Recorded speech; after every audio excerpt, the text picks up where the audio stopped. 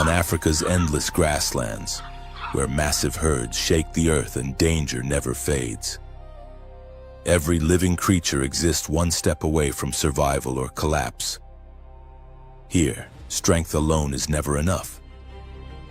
Success belongs to those who combine instinct, timing, awareness, and a moment of rare fortune.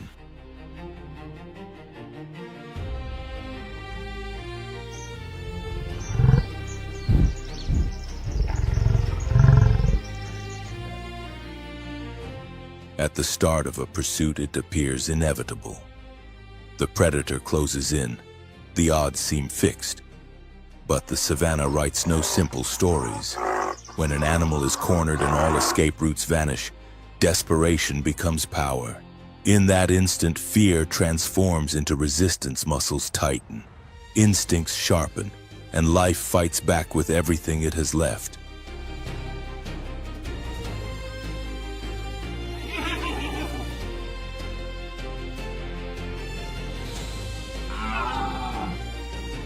There are no permanent rulers in the wild, no roles written in stone.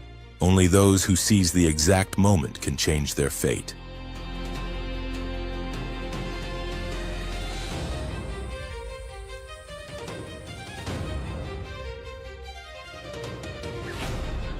And now we leave the question to you. Do you believe prey can sometimes defeat its predator and rewrite the ending of the hunt? Let us know your thoughts in the comments.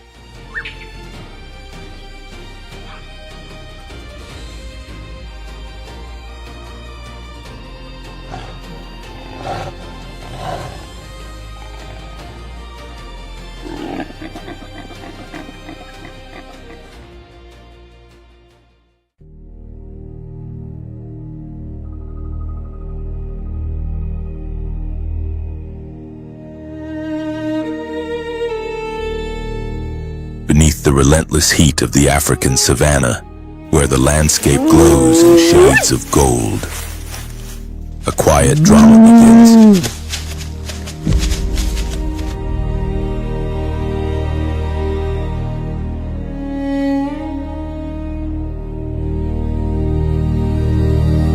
Movement is barely visible as shapes press low against the grass.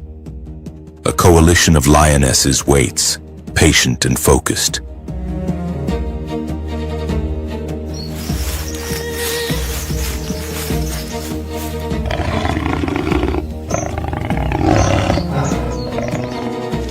Their attention is locked on a grazing herd of zebras nearby.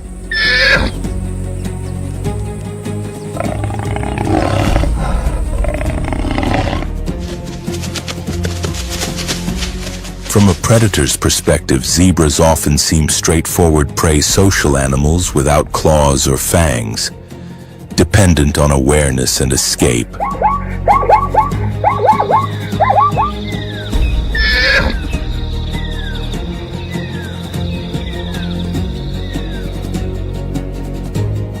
One juvenile steps slightly away from the safety of the group.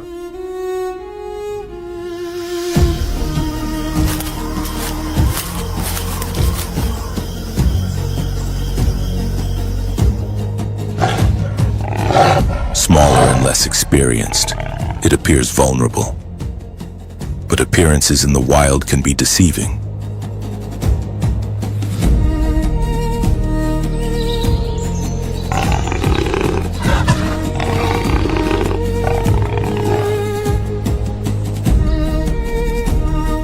As a lioness closes the distance, the young zebra reacts with astonishing speed.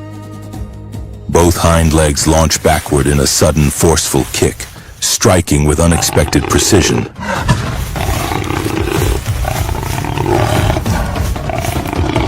The predator hesitates, momentarily disoriented. In that instant, the balance of the hunt shifts.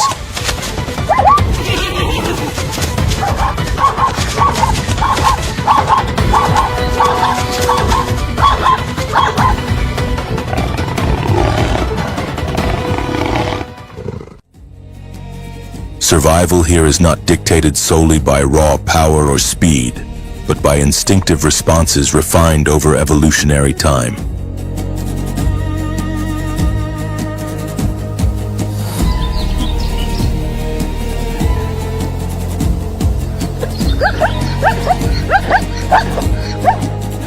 These split-second decisions are the visible outcome of ancient biological programming.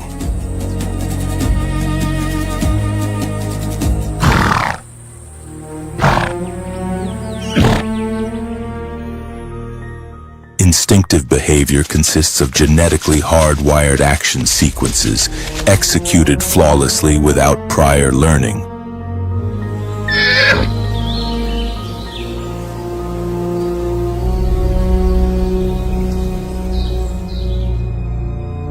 They activate automatically when specific threats are detected, allowing animals to respond faster than conscious thought would allow.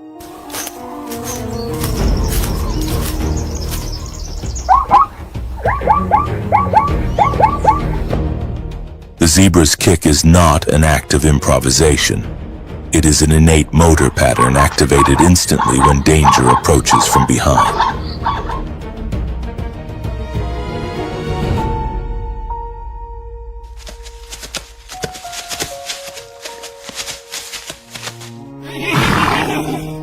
Such behaviors are highly specialized and inflexible, designed for a single objective survival.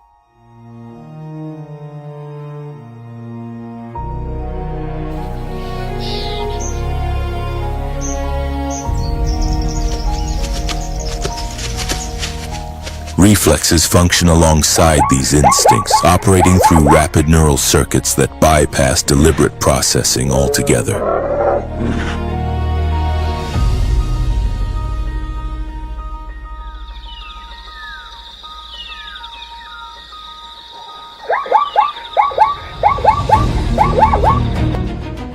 Crucially, the effectiveness of this defense does not depend on defeating the predator outright.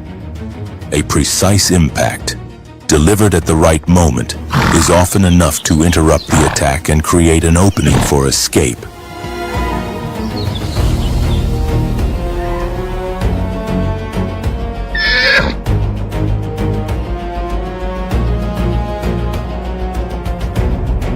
Zebras possess exceptionally strong hip and thigh musculature, among the most powerful of any grazing mammal.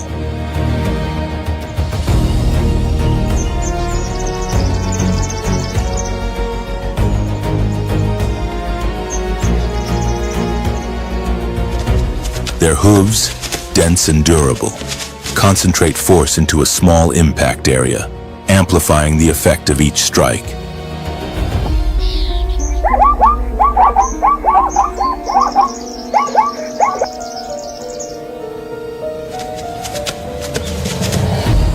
When a predator approaches from the rear, the zebra can adjust its kick trajectory straight back or slightly angled depending on the attacker's position.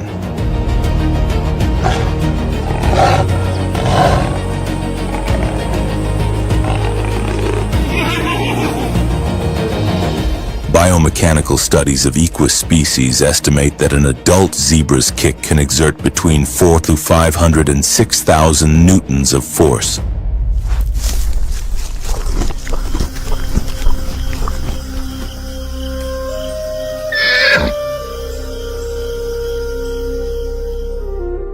Such power can result in serious injuries if contact is made with sensitive areas such as the head or torso.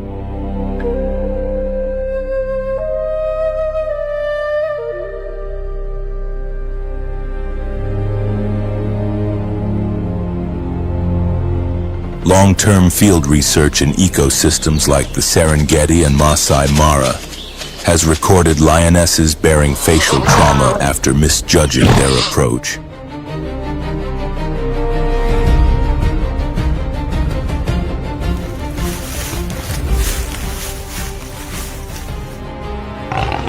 Skilled predators learn this lesson early. Timing and distance are everything, and one mistake can change the outcome of a hunt.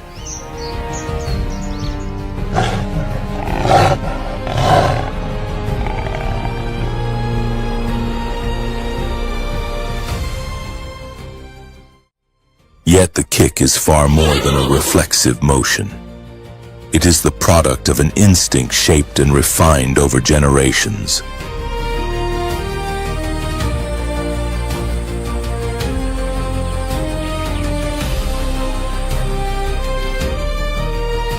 A young zebra may not strike with perfect accuracy, but the impulse to lash out when danger approaches from behind is present from the moment it is born.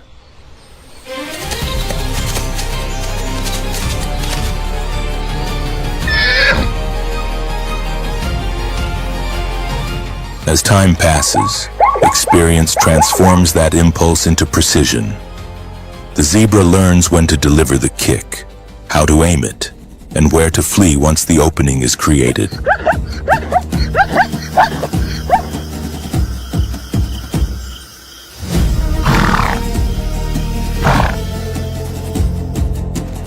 It is a powerful fusion of instinct and learning.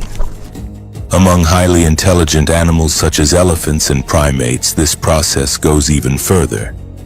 Defensive behavior can include learned strategies, the use of tools, and even imitation of others, revealing that survival in the wild is not static, but constantly shaped by experience.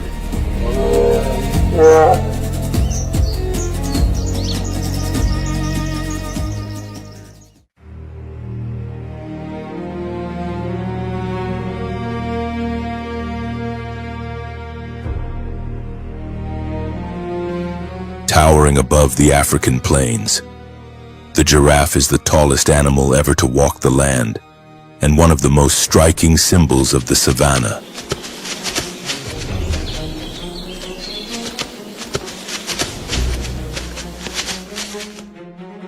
Standing up to 6 meters tall and weighing more than a metric ton, the giraffe's long neck, stretching as much as 2.4 meters, is built from just 7 cervical vertebrae. The same number found in humans, but extended to extraordinary lengths.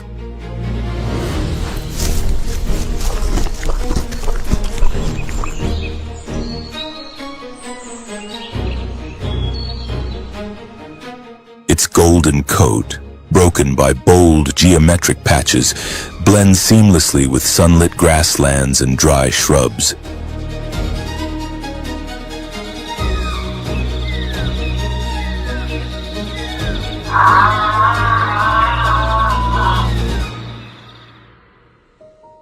Giraffes survive on a diet of flowers, shoots, and leaves from thorny acacia trees.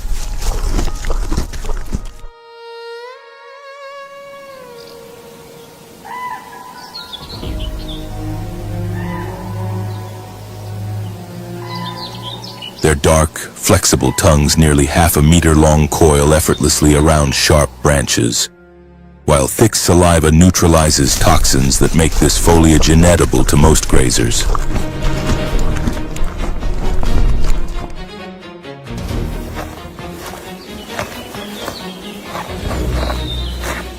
They roam the open savannas and sparse forests of Kenya, Tanzania, and Botswana, where long sight lines allow them to detect danger well in advance.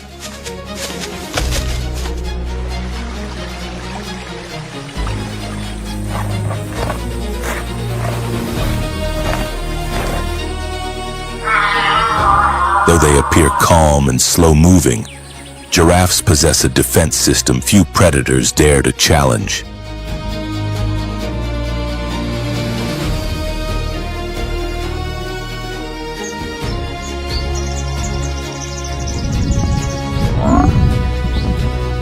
Their legs, tall and solid like stone pillars, deliver tremendous force. A single forward strike can unleash thousands of newtons of impact, powerful enough to break bone or kill a full-grown lion with a precise blow to the head.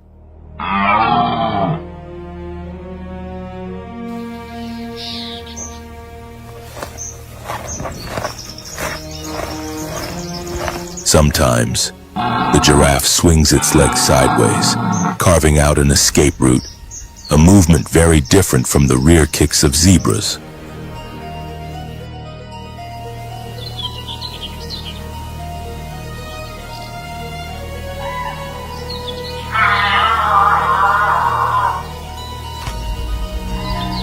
From its elevated vantage point, the giraffe also serves as a living watchtower, spotting threats far across the plains.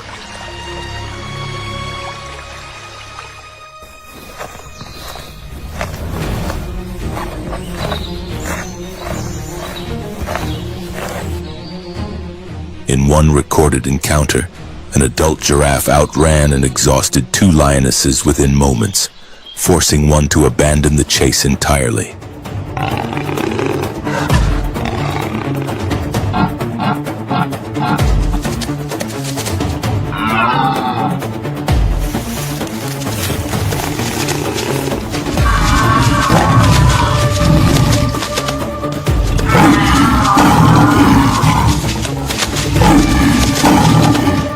A frontal strike from a giraffe can be devastating.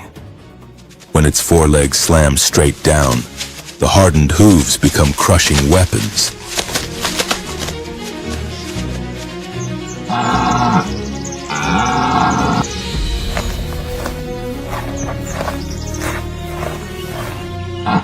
A well-placed impact to the skull of a predator can result in fatal injuries ranging from head trauma to spinal collapse or internal bleeding, often ending the fight in minutes.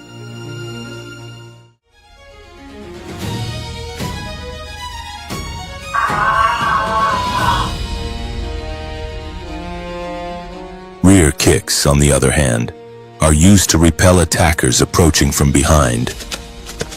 These powerful blows can hurl predators several meters away and are often delivered with deadly intent, particularly when defending a calf.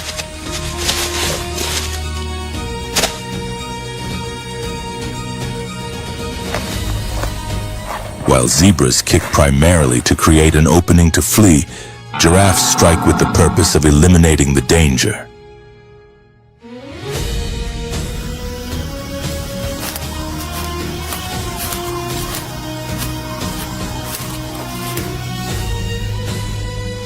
There are documented cases where a single defensive blow from a giraffe proved fatal to a lioness that attempted to close in from the side.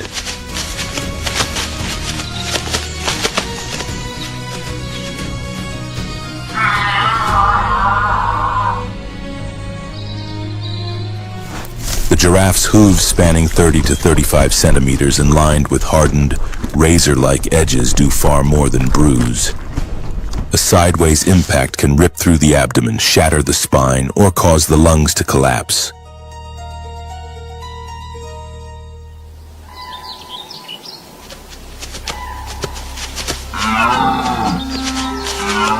This reaction is not calculated. It is instinctive, triggered by sudden movement nearby. It is a built-in survival response refined by evolution.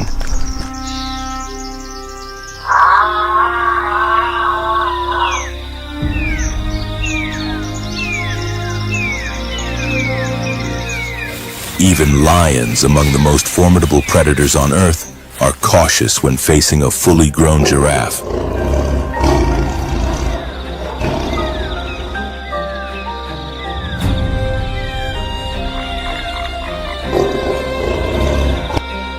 Their only real chance lies in forcing it to the ground, usually by jumping onto its back or destabilizing the rear legs.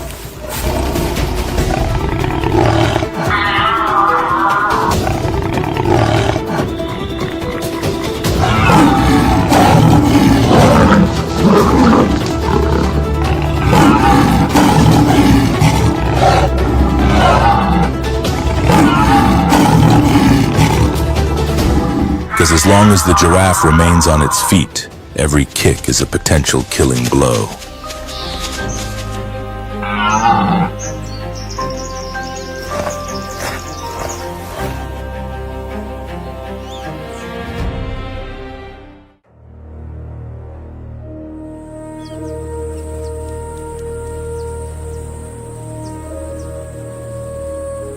Size is not a luxury shared by all prey. Many smaller ungulates do not possess the power to confront their hunters directly, forcing them to depend on different survival mechanisms to escape death.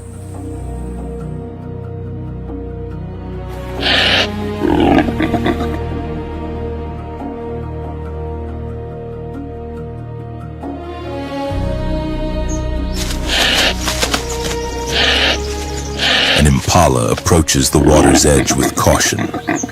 Without warning, a Nile crocodile bursts from below and seizes it.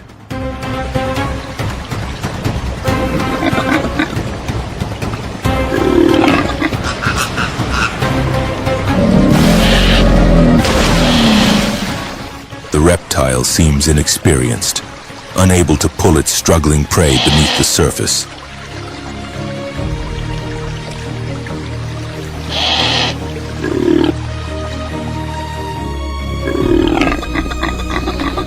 Caught at the shoreline, the impala fights desperately, first attempting to escape, then stiffening its body when it realizes resistance is its only chance to avoid drowning.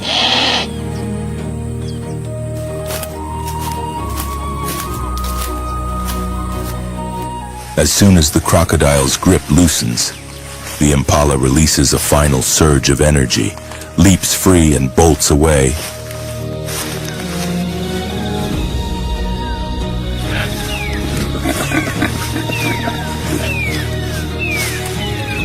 But survival in the wild rarely follows a single threat. At that exact moment, a leopard appears.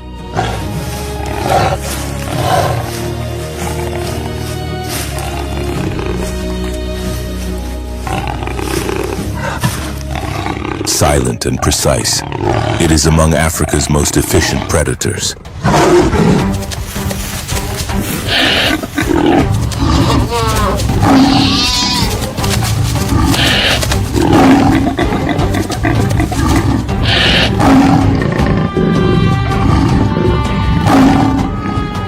Yet even it can be stopped by one unlikely opponent, the Cape porcupine.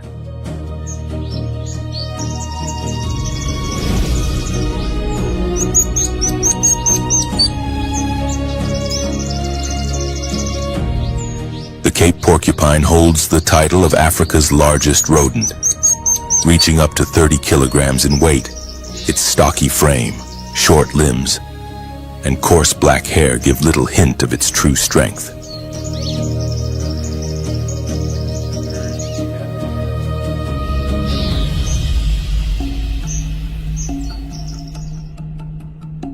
That power lies in its formidable coat of quills, one of the most effective defensive adaptations found in mammals.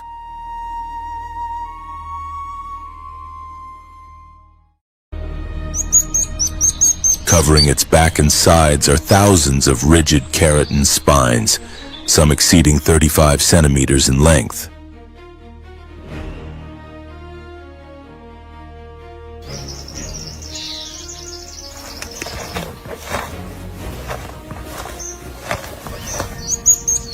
The shorter quills near the head form a dense shield, while the longer, hollow spines along the back combine strength with flexibility.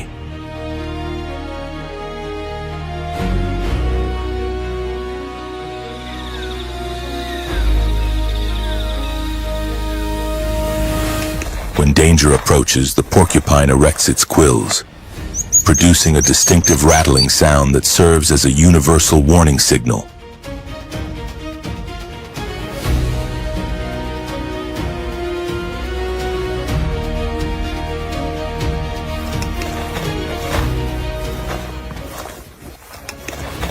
This species is native to dry savannas and open forests throughout southern and eastern Africa.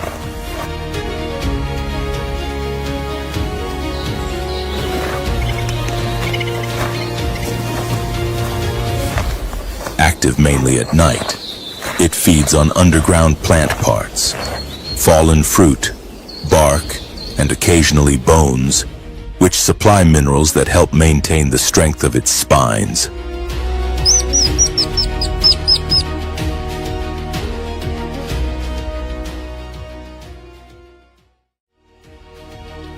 Though slow-moving, the porcupine relies on confidence rather than speed.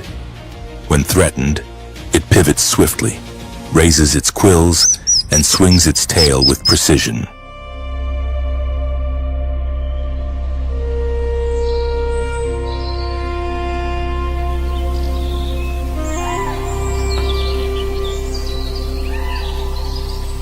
Leopards, despite their skill, are its primary natural predators.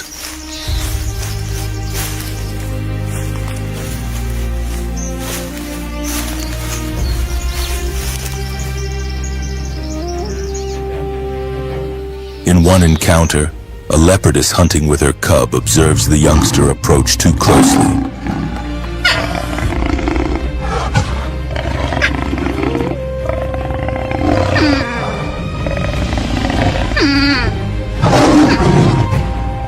The porcupine stands its ground, spines fully raised. The cub hesitates and retreats. The mother attempts to outmaneuver the rodent but finds no safe angle of attack.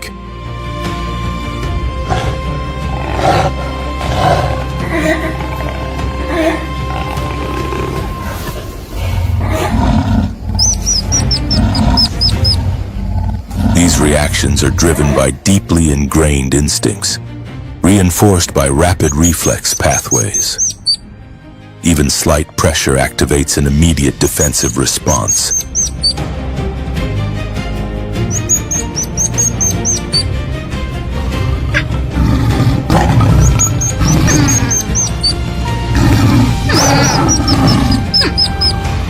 Eventually, the leopard withdraws, forced to sit and carefully remove embedded quills.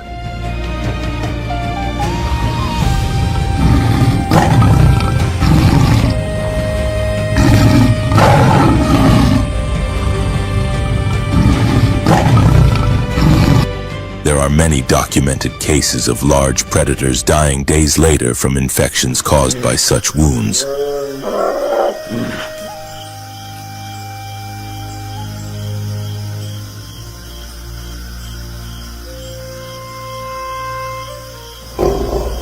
After the confrontation, the savannah settles once more into silence as survival claims another chapter.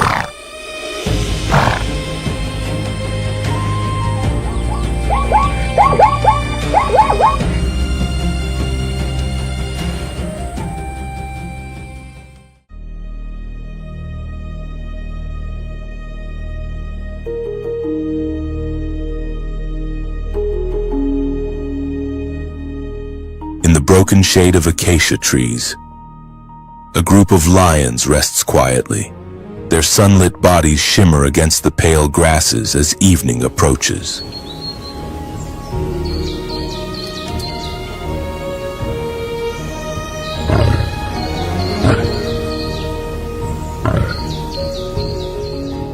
Dust drifts through the air, heavy with the scent of strength and territory.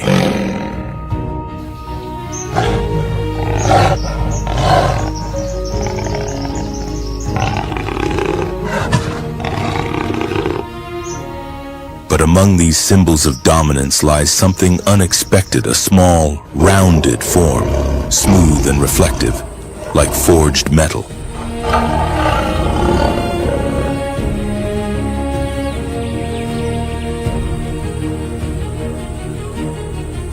This object is no stone.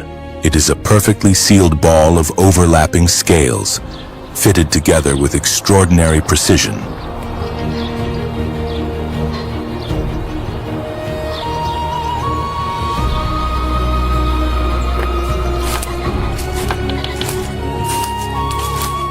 While other prey species rely on spines or speed, this animal leaves nothing exposed.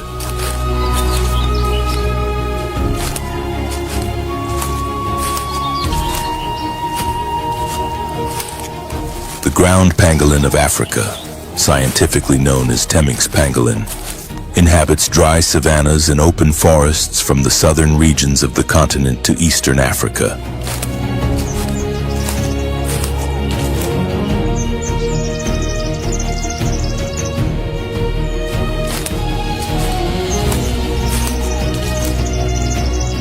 Reaching up to 1 meter in length and weighing around 15 kilograms. It is protected by thick keratin scales, dense, durable, and far stronger than they appear.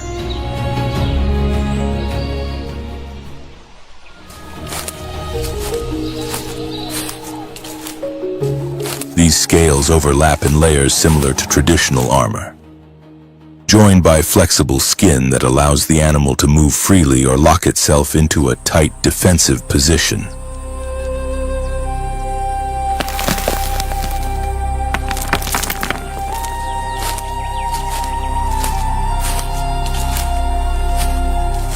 When threatened, the pangolin instinctively curls inward, hiding its head and limbs, transforming into an almost impenetrable sphere.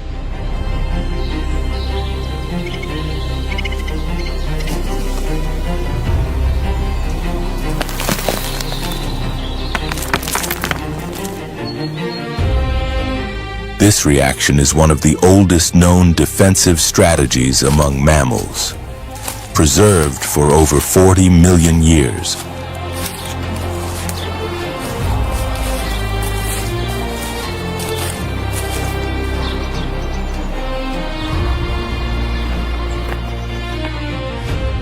The pangolin is solitary and active only at night, feeding exclusively on ants and termites.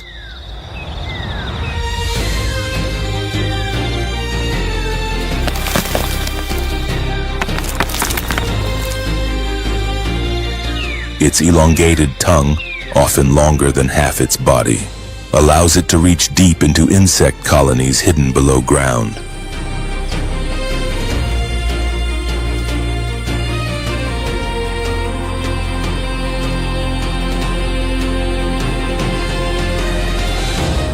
Each year, a single pangolin consumes tens of millions of insects, helping to maintain ecological balance and protect vegetation.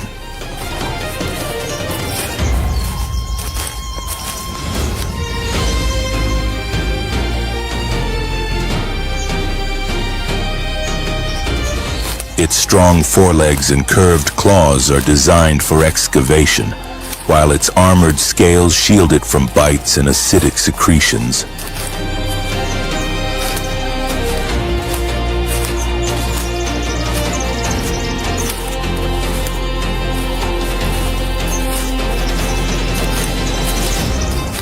As it moves, the pangolin arches its body and walks primarily on its hind limbs, rocking gently an animal that carries its protection wherever it goes.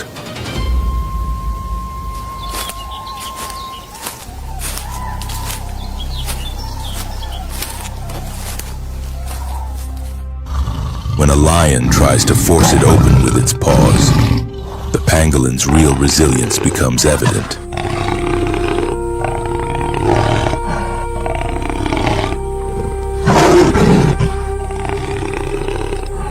The claws scrape, but the scales hold firm.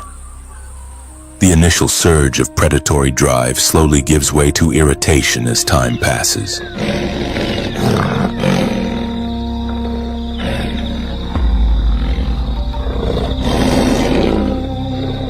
The pangolin does not struggle.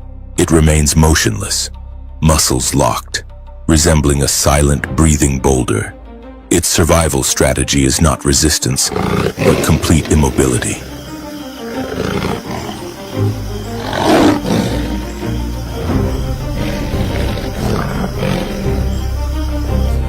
Only once the predator loses interest and withdraws does the pangolin carefully unfold.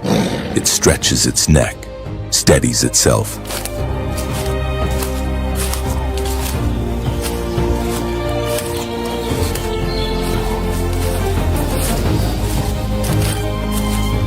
And departs calmly, leaving subtle impressions in the dust behind.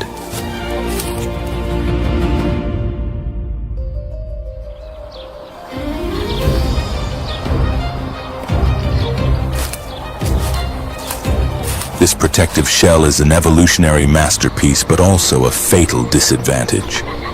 While it renders the animal nearly untouchable in the wild, it offers no defense against humans who can capture it effortlessly and feed the demand of illegal markets.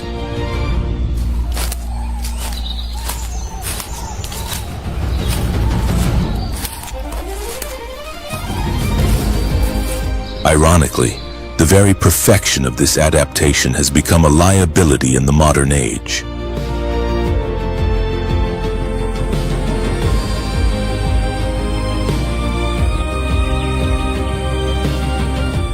In the natural world, survival is shaped not by raw power alone, but by a fine interplay of instinct, neural reflexes, and adaptive behavior.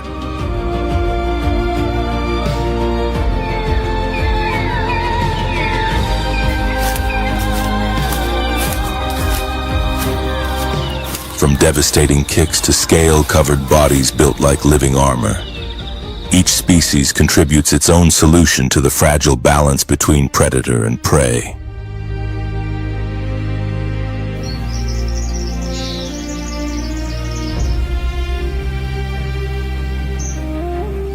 It is this balance, violent yet remarkably precise, that defines nature as both merciless and, in its own way, deeply just.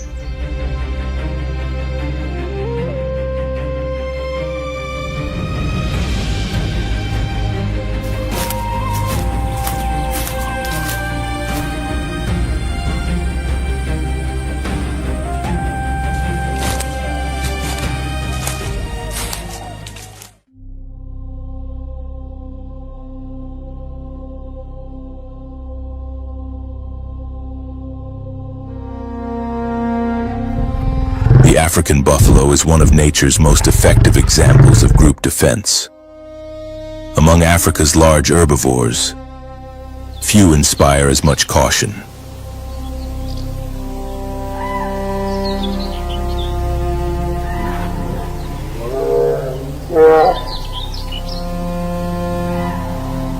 A fully grown adult can weigh between 500 and 900 kilograms. With a thick ponortul's powerful body that moves across the savanna like a rolling mass of muscle.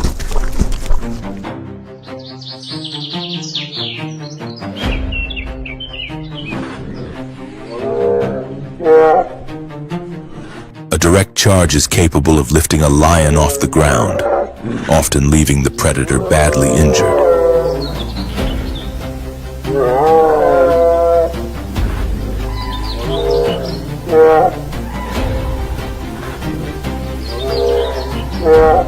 The buffalo's signature weapons are its heavy, curved horns, which extend outward before angling upward into sharp points.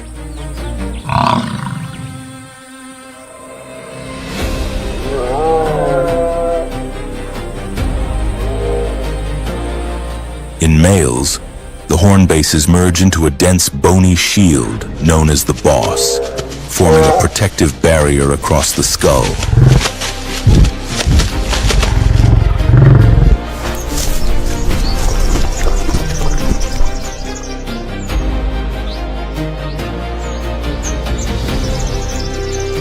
Combined with tough, leathery skin, this anatomy makes it difficult for predators to deliver a decisive bite.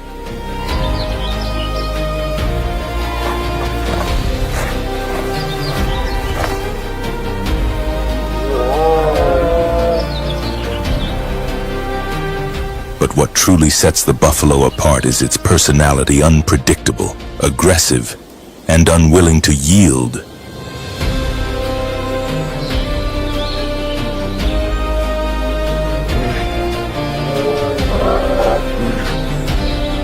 Unlike domesticated buffalo species, the African buffalo has never lost its wild edge.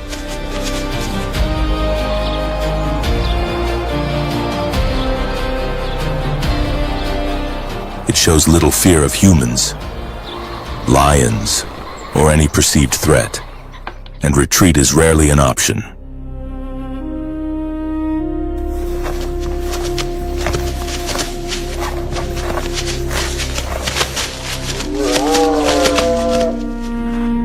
As a result, lions are usually successful only when working together and isolating a single buffalo from the herd. In most other situations, the attempt can turn deadly.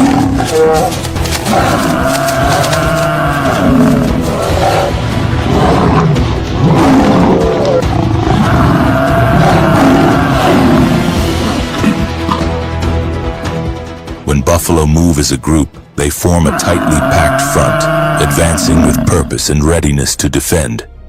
Because frontal attacks are ineffective, lionesses often target the rear, attempting to disrupt balance and force a fall.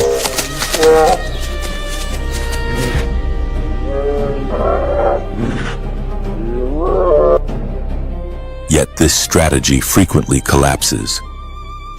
Rather than fleeing alone, a threatened buffalo runs toward its herd where assistance is almost certain.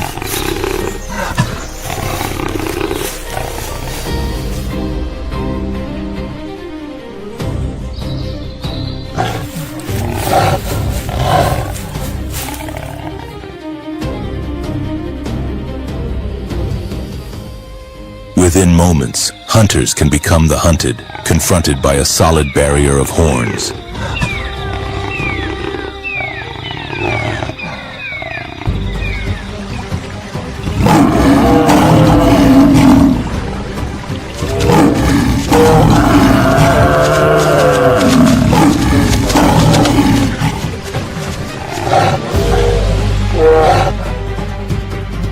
When a calf is targeted, the response is even more intense. The mother's reaction triggers a wave of defensive behavior throughout the herd.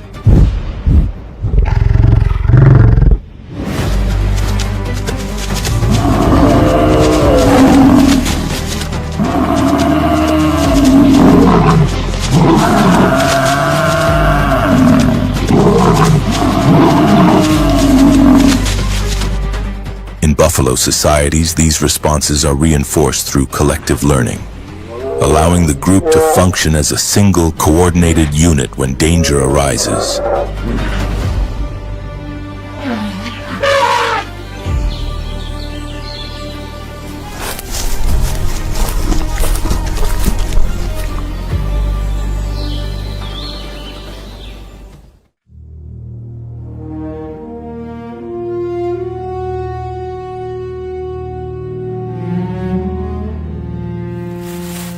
The Chacma baboon offers one of the clearest examples of collective defense among African mammals.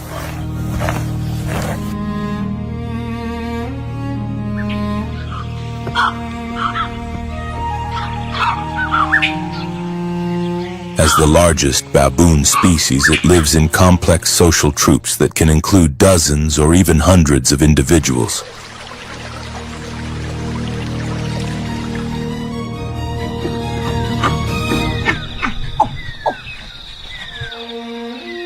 Their structure is deliberate. Powerful males guard the front and rear during travel, while females and juveniles remain safely enclosed within the group.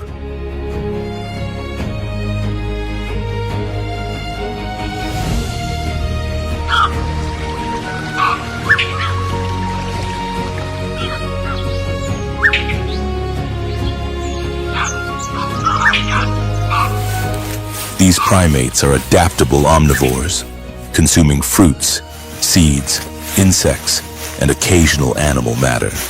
Their primary natural threat is the leopard.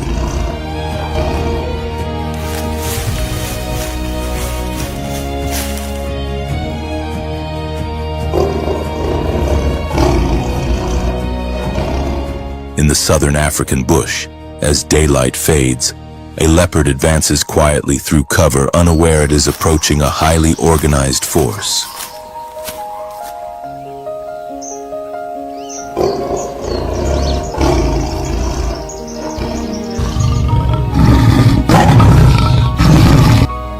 Unlike social predators, leopards hunt alone.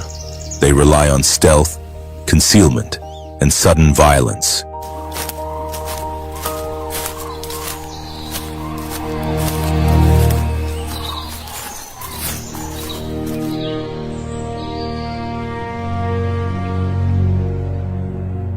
In regions like Kruger National Park and the Okavango Delta, most leopard ambushes originate from low trees or dense shrubs, equipped with powerful forelimbs and a crushing bite.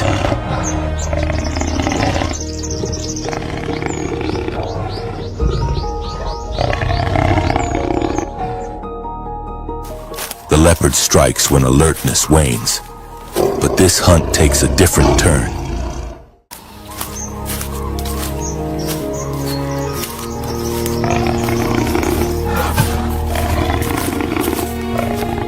An adult male baboon senses something unusual.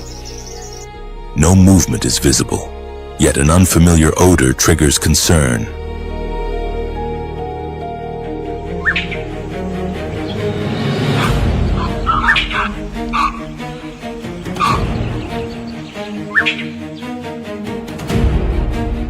Baboons have excellent sensory perception, and their communication system is highly specialized. A single alarm call rings out short, sharp, and unmistakable.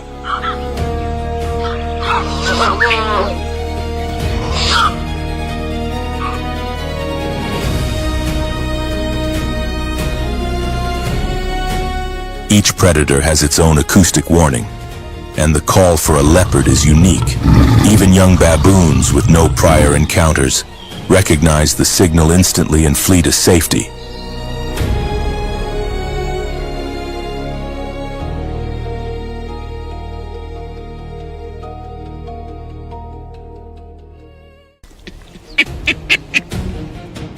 Before the leopard can close the distance, the troop has already shifted formation.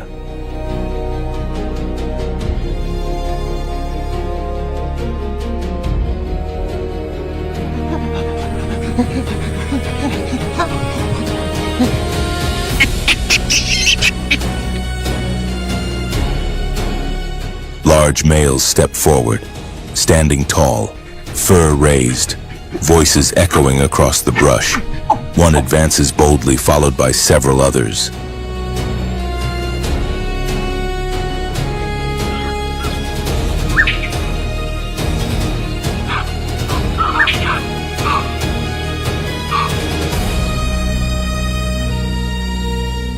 This behavior is known as mobbing, a coordinated response designed to overwhelm a predator psychologically and eliminate the advantage of surprise. Faced with multiple defenders, the leopard hesitates.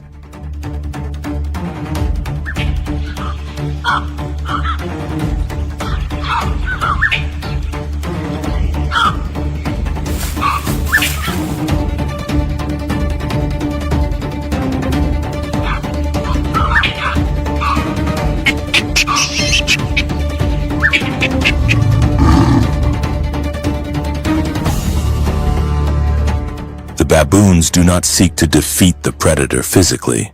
Their goal is disruption.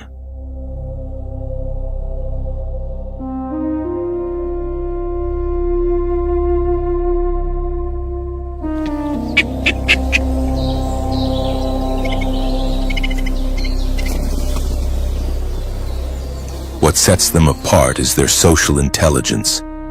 They cooperate, assess threats collectively, and respond as a unified system.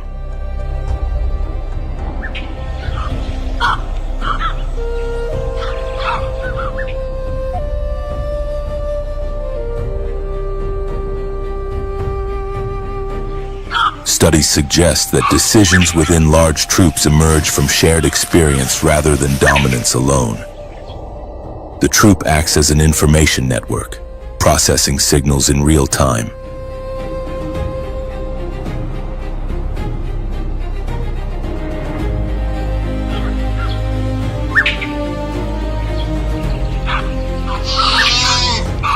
In an environment where seconds determine survival, baboon defense relies on awareness, memory, and coordination as much as physical strength.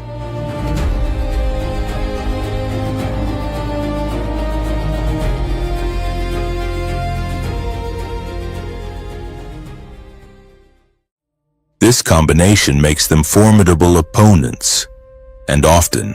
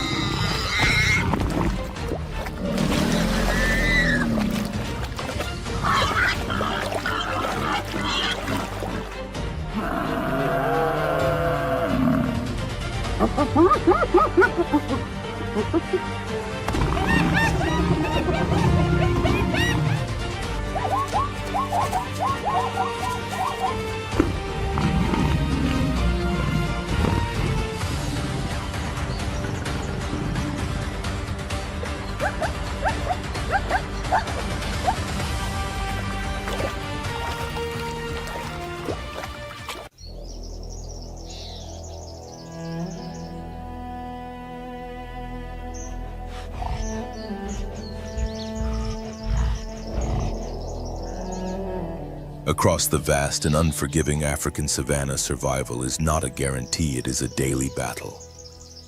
Each sunrise signals the beginning of new conflicts where life is quietly placed on the line amid burning dust and an unrelenting sun.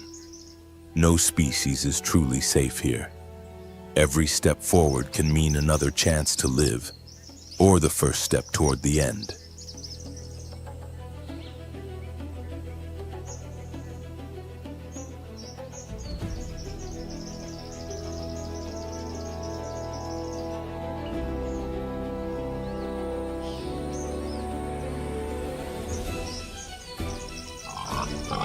Predators wait with calculated patience, measuring every movement and every mistake. For them, failure brings hunger, weakness, and eventually death. Prey in turn learn to exist under constant pressure.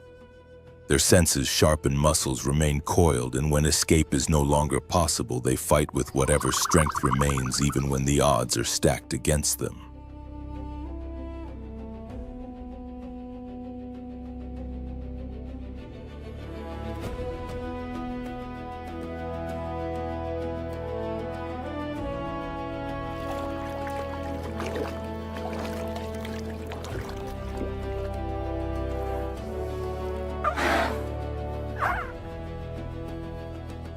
In this world without pause, everything has a cost. Energy drains quickly, wounds do not always heal, and exhaustion becomes an enemy as real as any predator. There are no rules and no mercy. The savannah is a proving ground where only those willing to risk everything, their strength, their instincts, and sometimes their very lives, can endure.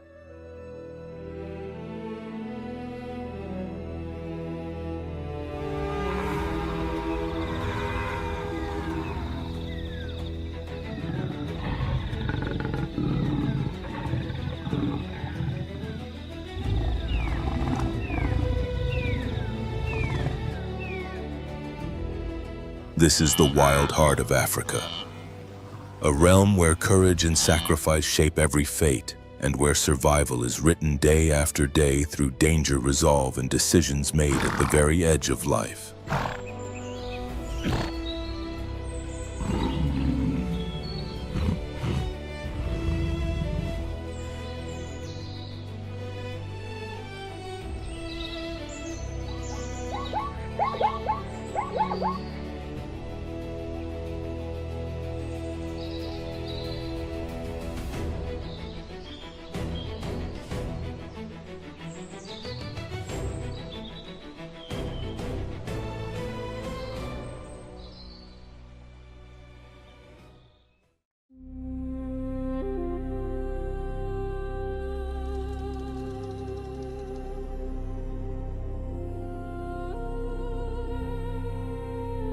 At first light, a male warthog scrapes at the ground, searching for roots beneath the dry soil. He is not known for elegance or raw power.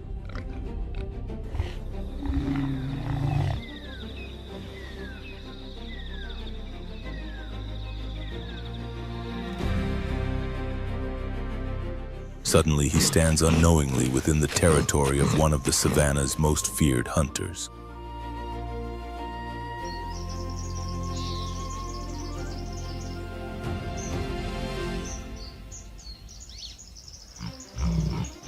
His small eyes scan the surroundings, his ears twitch constantly. Only a few meters away, a hungry lioness lies hidden in the bushes.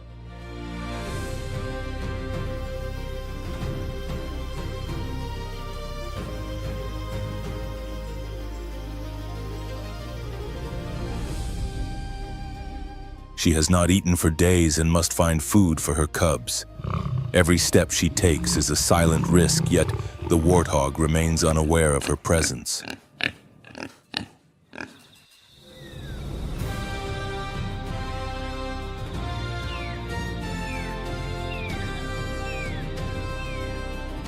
The wind shifts, carrying a warning on its breath. In an instant, the warthog catches the scent of danger.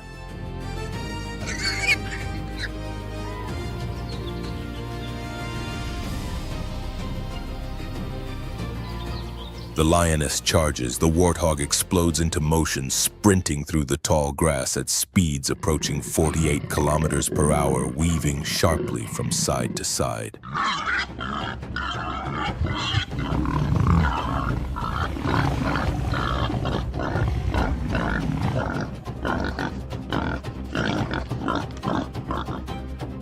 As he runs, he flashes his sharp tusks in a final display of defiance. The chase is short. Exhausted, the lioness abandons the pursuit.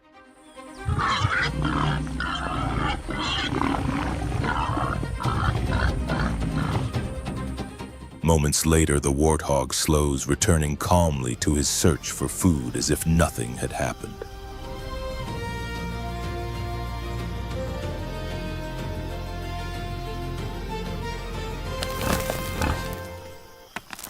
Speed, awareness, and sharp instincts are his true weapons in a land that shows no mercy.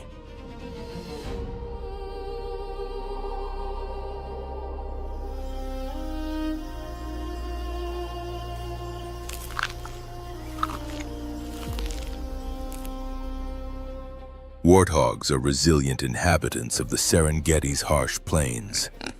Their tusks, which can grow up to 25 centimeters long, serve both as tools for digging and as formidable defenses.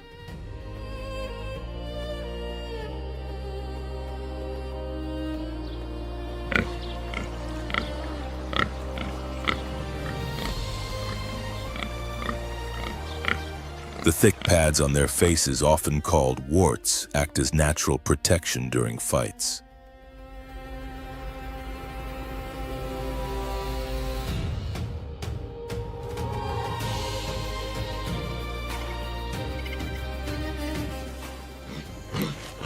Rather than digging their own burrows, warthogs take over abandoned tunnels made by aardvarks or porcupines, reinforcing them for safety.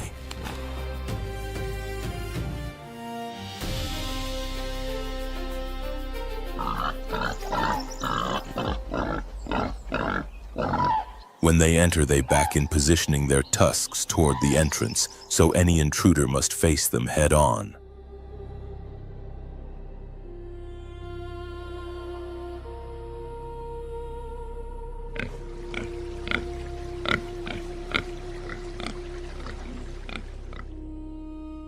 Under the blazing sun, warthogs roll in mud to cool their bodies, and the drying layer of clay also shields their skin.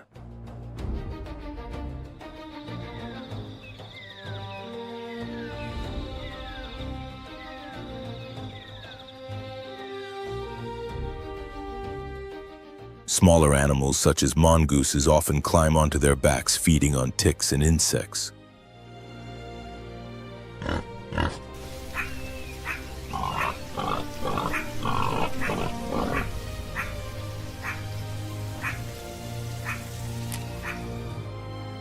Their diet is remarkably flexible, ranging from dry grass and roots to scraps left behind by other animals.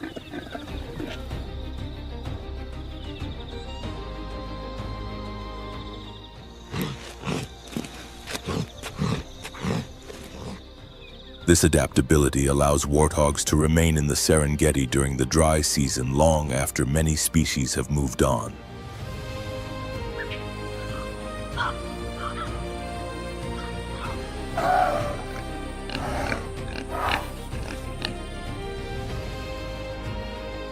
But when the rains return, life surges back, and so do the most dangerous predators.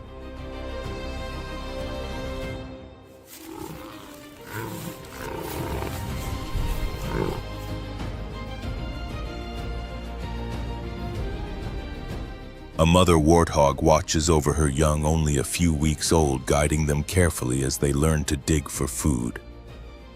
In the distance, 3 lionesses observe in silence.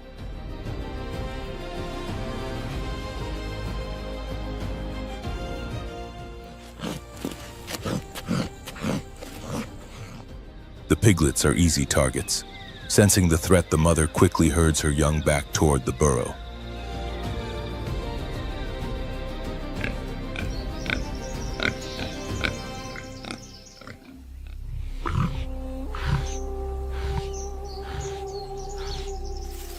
She positions herself at the entrance, kicking dirt backward to deter the approaching lions.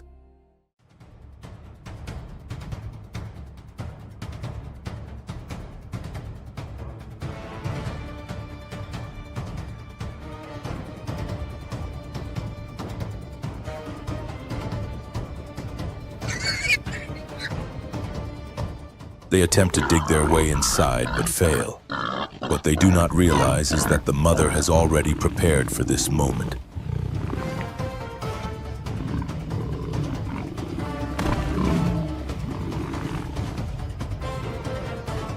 A hidden secondary exit, angled sharply and concealed by vegetation, becomes the family's escape. One by one, the piglets follow their mother through the narrow tunnel, emerging safely beyond the reach of danger.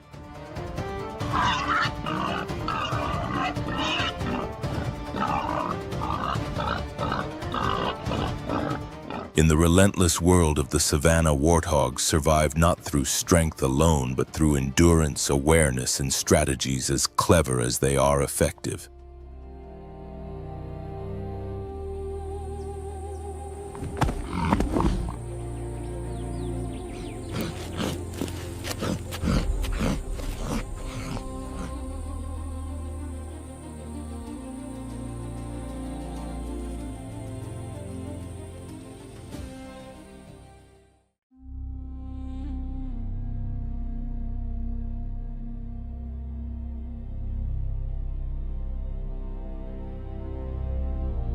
On the savanna, there is another kind of fighter fast, precise yet exposed. The cheetah, the fastest land animal on Earth, is built for speed rather than strength.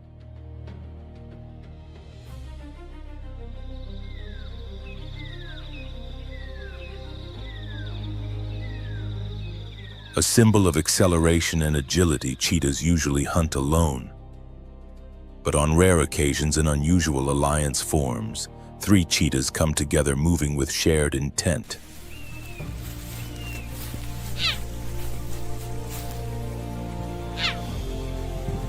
They slip quietly through the tall grass, fixing their attention on a wildebeest that has strayed from the safety of the herd. Each takes a position, tightening the circle with calculated calm.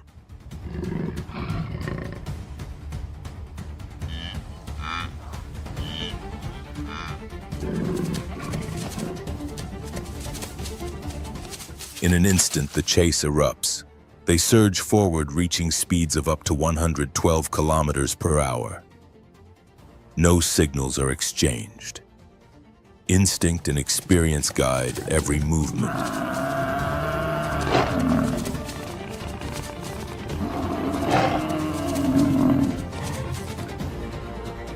Yet the savanna never offers a reward without a challenge. Drawn by the scent of the kill, a group of spotted hyenas approaches.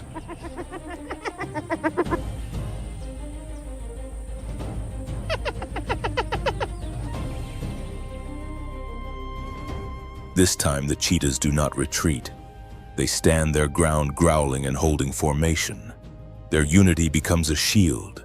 Faced with a coordinated defense, the scavengers hesitate and pull back.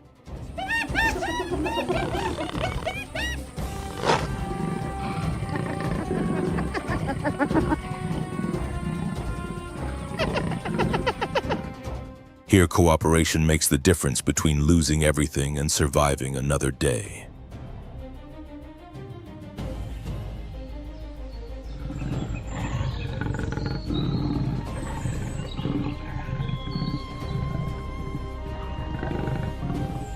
Not every cheetah is supported by allies.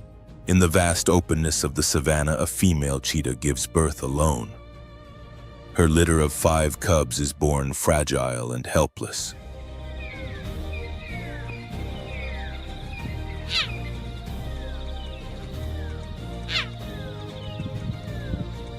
For their first week, their eyes remain closed, and it will take nearly 3 months before they are strong enough to run beside their mother.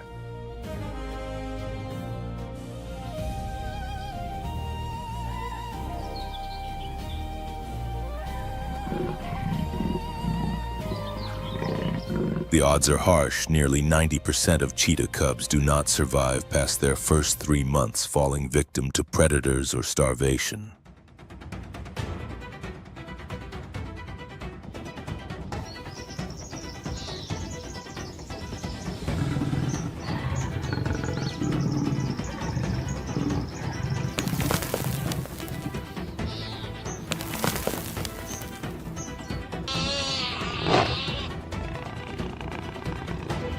To protect them, the mother hides her cubs deep within the grass, constantly moving them from place to place to avoid detection. She hunts alone, forced to leave them behind as she searches for food.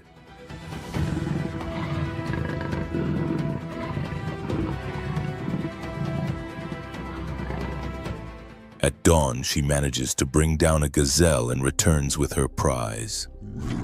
But the savanna shows no mercy. Danger is always close, especially for the young.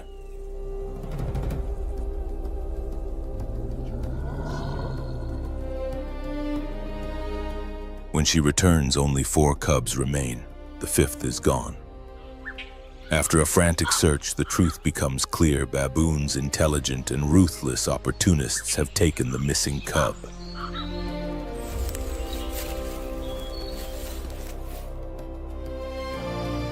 The mother approaches the trees where they linger and watches them carefully. She confronts them with presence alone, but does not attack. A single injury could doom the 4 cubs she still has.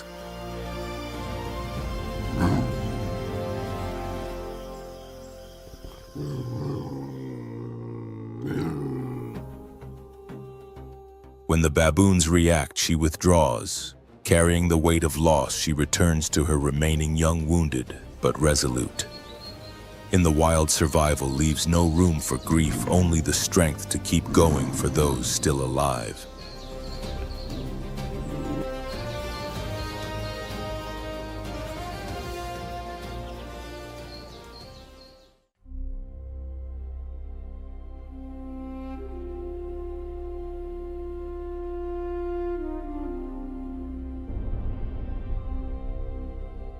The African buffalo, one of the most imposing herbivores on the continent, is also one of the most relentlessly hunted.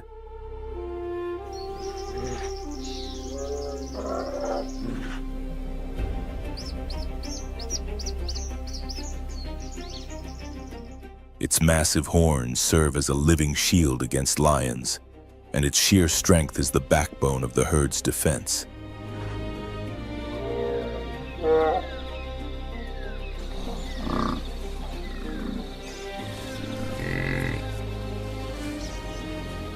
Yet against its most modern predator, these ancient defenses are often no longer enough.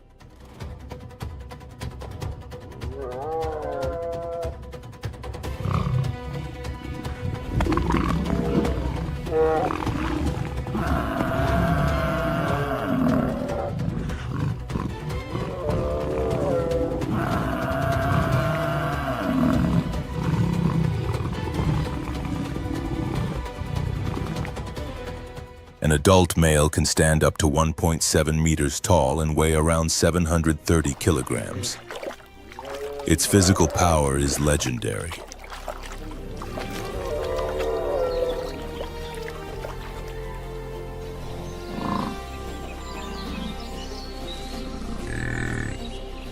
With a solid muscular body and an unyielding determination to protect its own, the African buffalo is considered the strongest grazer in Africa.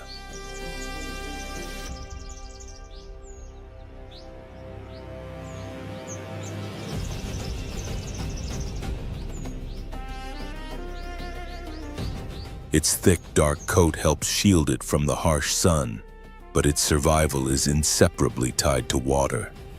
Rarely does it stray more than 16 kilometers from rivers, lagoons, or swampy areas.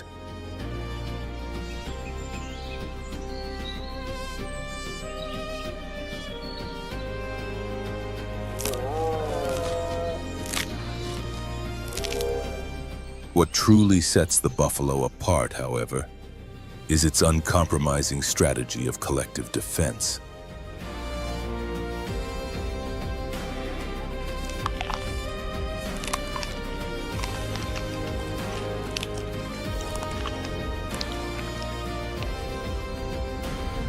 At the first sign of danger, the herd closes ranks instantly. Calves are pushed toward the center while adults form a solid wall of bodies and horns ready to confront any threat head-on.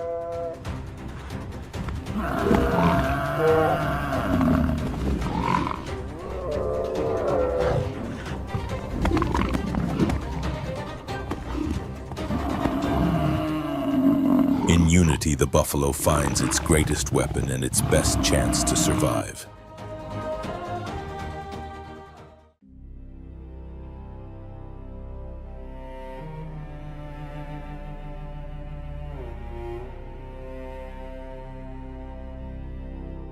A pale golden light spreads gently across the endless plains like a quiet promise offered to the land. Dew clings to the grass and glimmers as the last traces of night fade away.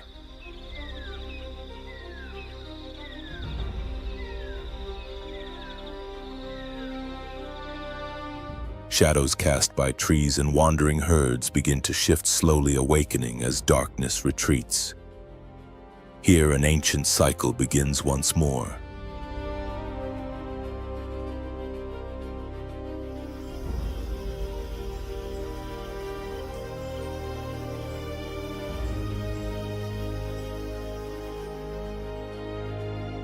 Within this world of renewal, one figure rises above all others, the lion sovereign of the savannah.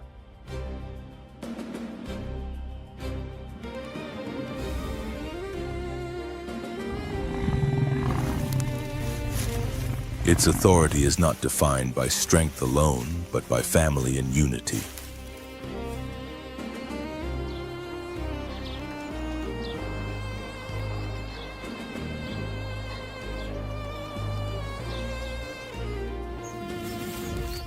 True power here is born from cooperation. Calm, watchful, and majestic, the lion's presence seems to still the landscape itself.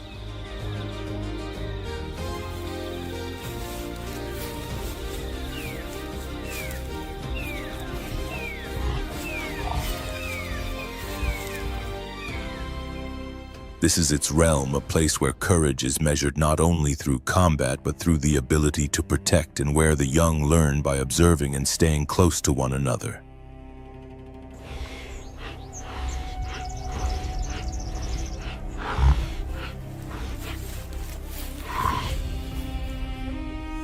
A pride is far more than a simple gathering of lions.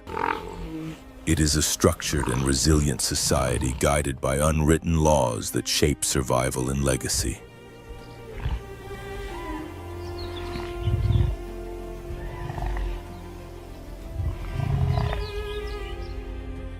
At the heart of this system stand the lionesses, sisters, mothers, and tireless hunters.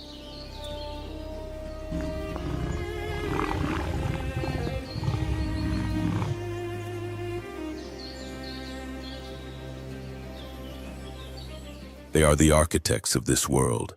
Together they form a living network of cooperation bound by blood, experience, and instinct.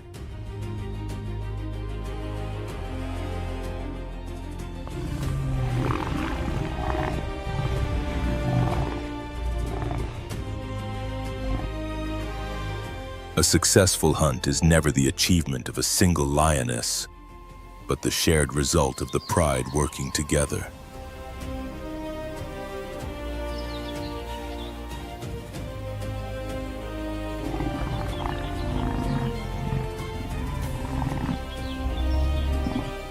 A newborn cub does not belong only to its mother. It is the responsibility of the entire group.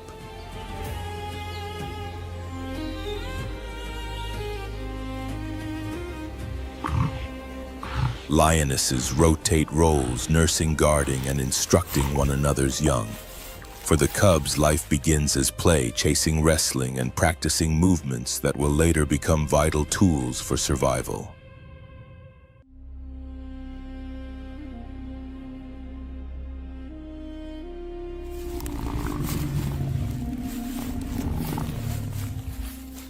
But on the savannah, no victory lasts forever. With the next day comes a new struggle.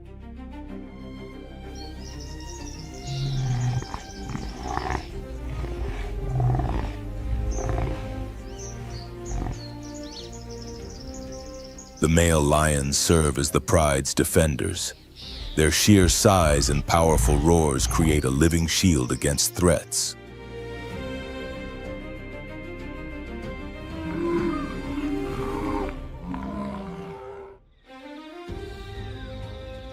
Yet dominance here is never permanent. Power shifts with time, and for every reigning king, there is always another challenger waiting for the chance to take his place.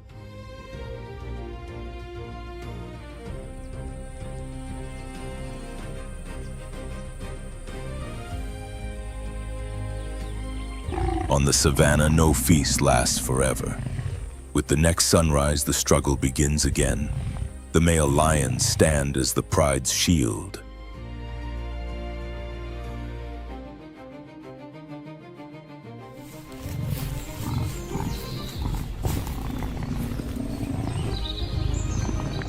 Their massive frames and thunderous roars rise like living walls against danger. Yet power here is never fixed. Rule is temporary, and every leader must one day face a challenger.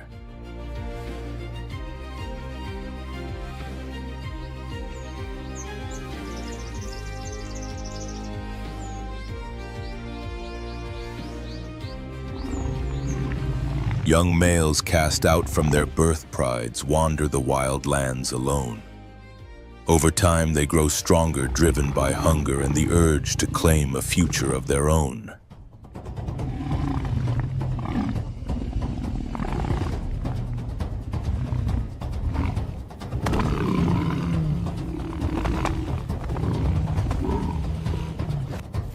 When they return, the plains seem to tremble. Night erupts into chaos. Deep roars tear through the darkness, answered by equally fierce calls. The air vibrates as voices collide.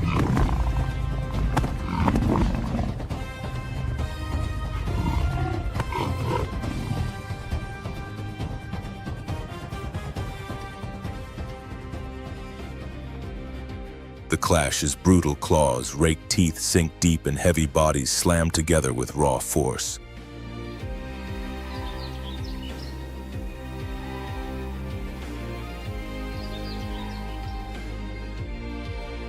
This is not a contest of finesse, but of endurance, rage, and will.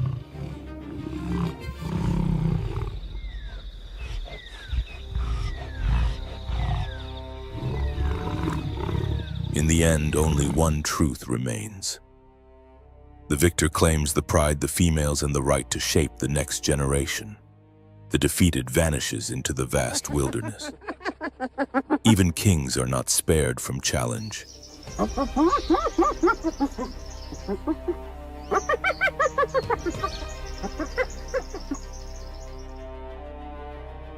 As darkness settles, other eyes are watching. Hyenas linger at the edges, clever and tireless, waiting for the moment when lions are worn down after a hunt.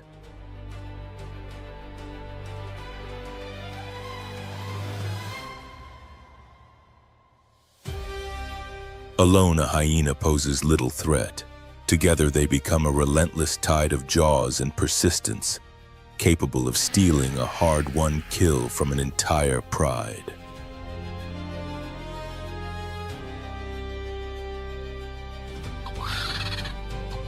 Above them, vultures circle endlessly, patient scavengers drawn by weakness, injury, and death. Their silent vigil is a reminder that even in victory, lions are never truly alone.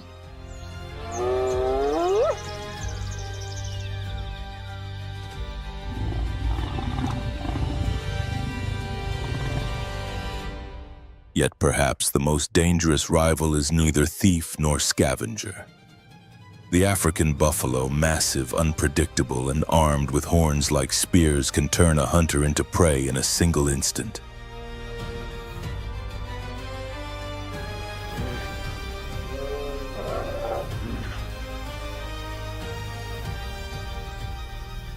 Across the Golden Plains, buffalo move in immense herds. For lions, they are both prize and peril, a vital source of food that demands absolute precision and courage.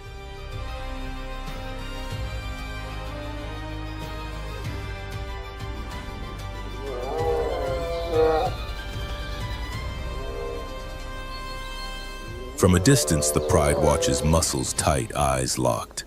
A buffalo is no ordinary target. Its horns can tear flesh and its charge can shatter bone.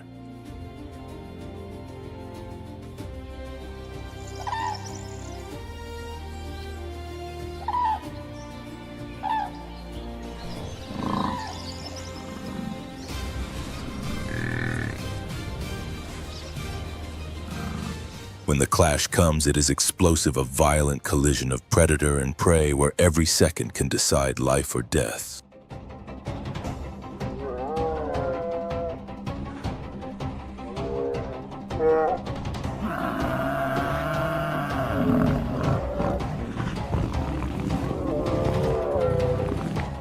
To bring down large prey, lions must hunt as a single unified force. They spread out, apply constant pressure, single out the weakest target, and deliver a precise final strike.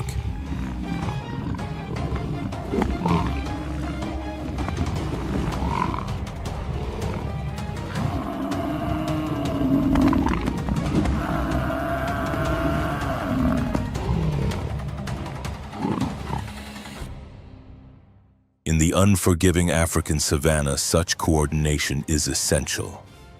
Sharing this harsh stage is another master of survival, the spotted hyena. Shaped by more than 10 million years of evolution, it has carved out its own powerful role among Africa's top predators. Built to endure rather than to sprint, the spotted hyena carries a dense, muscular frame engineered for stamina and strength, allowing it to thrive through relentless effort where others would fail.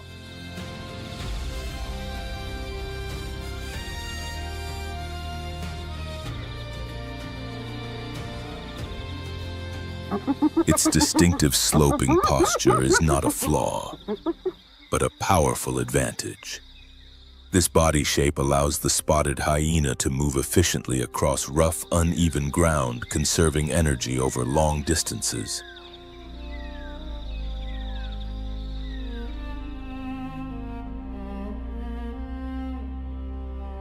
The African savanna is its stronghold, stretching from the open grasslands of East Africa to the dry, semi-arid reaches of the Kalahari Desert in Botswana.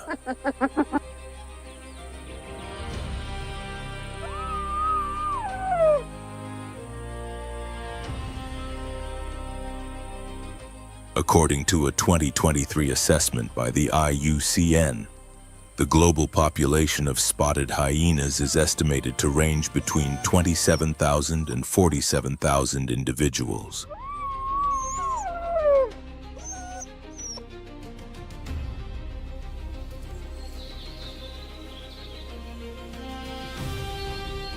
Yet strength alone does not define this predator. The true power of the spotted hyena lies in its remarkably complex social system.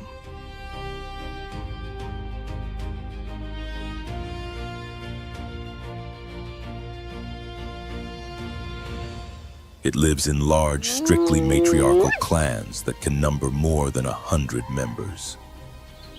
In the darkness of the savanna, its famous laugh is not random noise nor a sign of chaos.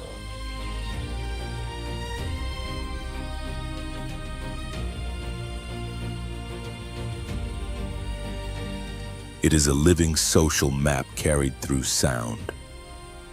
Each call is unique, identifying the individual and signaling its position within the clan's intricate hierarchy.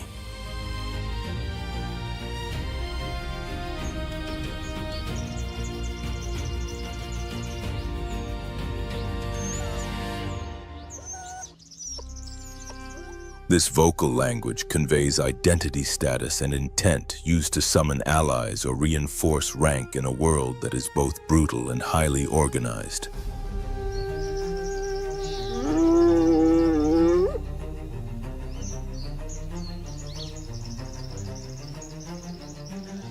At the top stands the alpha female, whose authority shapes every aspect of clan life.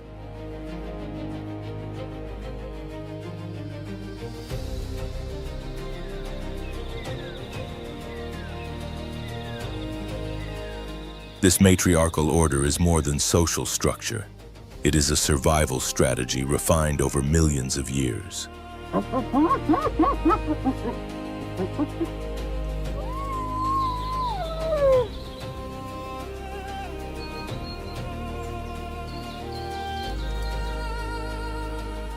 Spotted hyenas are far more than scavengers. They are intelligent, calculated hunters capable of bringing down large and dangerous prey.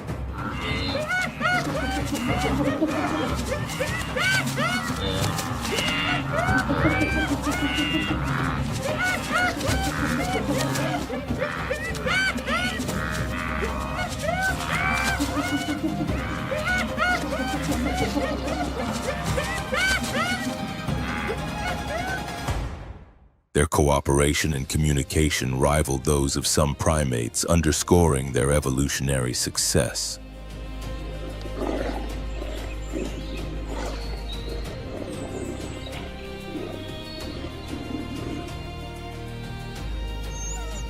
Even so, their future is not guaranteed. Habitat loss and growing conflict with humans now pose serious challenges to one of Africa's most resilient and misunderstood predators.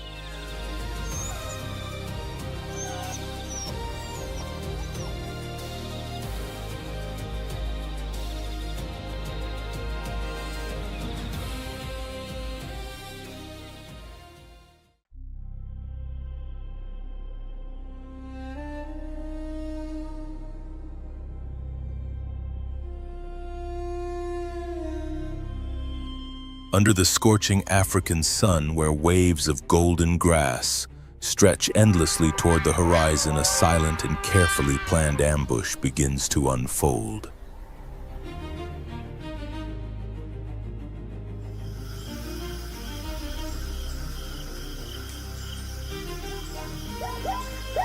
Spotted shapes hug the ground, gliding through the low vegetation like unseen currents of air. A group of lionesses is on the move.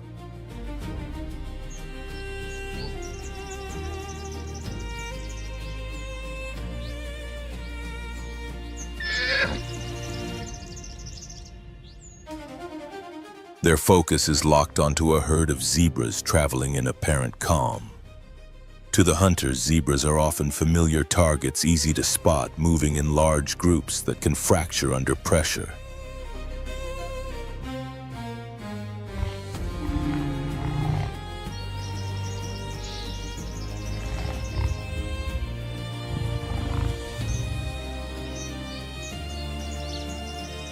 They are herbivores, seemingly lacking long-range defenses. Yet this assumption is deceptive. One young zebra drifts away from the herd.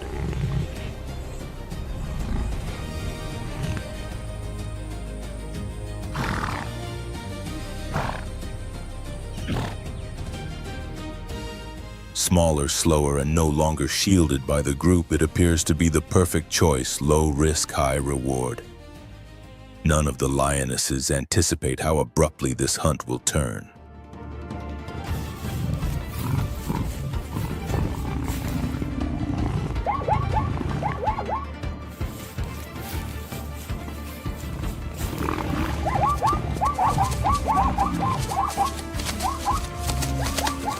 A sudden, powerful strike delivered with both hind legs and the force of a coiled spring changes everything.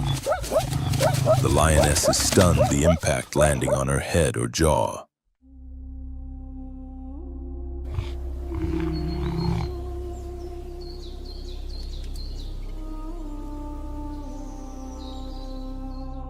Such a reaction was never expected from prey like a zebra.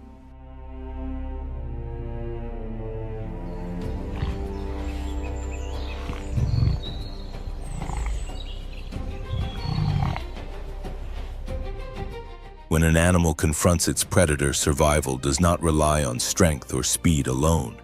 It rests on three core pillars of defense: instinct, reflex, and adaptive learning.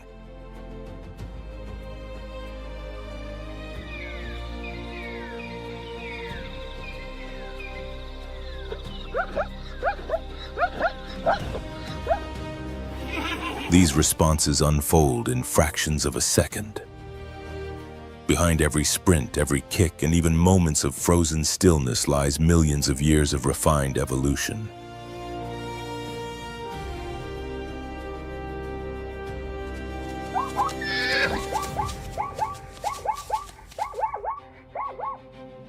Instinctive behavior consists of genetically encoded action sequences. It requires no training, no prior experience, yet it is executed with precision from the very first encounter.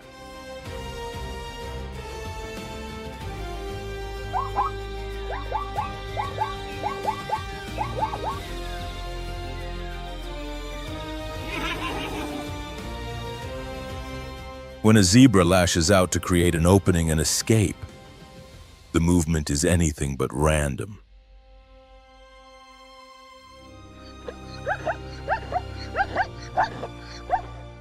It is an innate motor pattern pre-programmed and triggered the instant danger is detected from behind.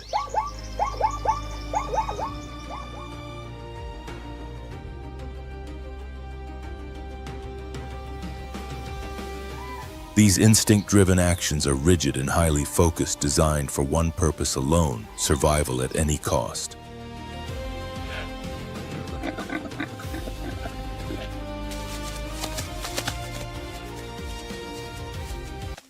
Reflexes operate on an even more immediate level. Governed by neural reflex arcs, they bypass conscious thought almost entirely. Simple in design, they are among the most effective responses in nature.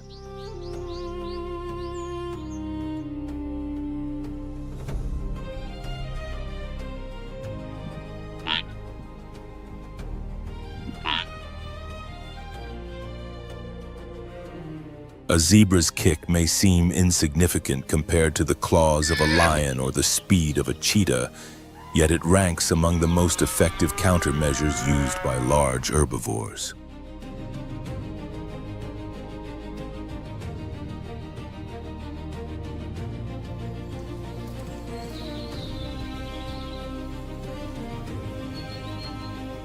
It doesn't need to be fatal. Accuracy and timing delivered through pain are often enough to reverse the outcome.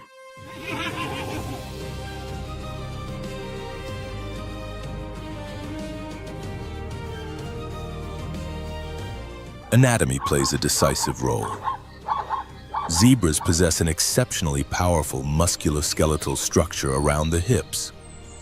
The muscles of the thighs and gluteal region are among the strongest in the herbivore world, capable of producing explosive force.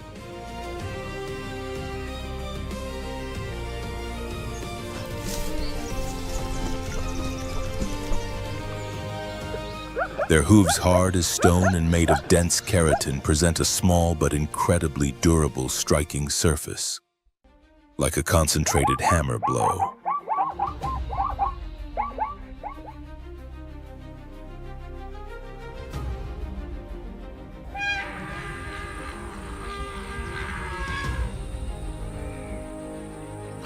When attacked from behind, a zebra uses both hind legs, delivering straight or slightly angled kicks, adjusting the trajectory with remarkable precision to meet the position of its attacker.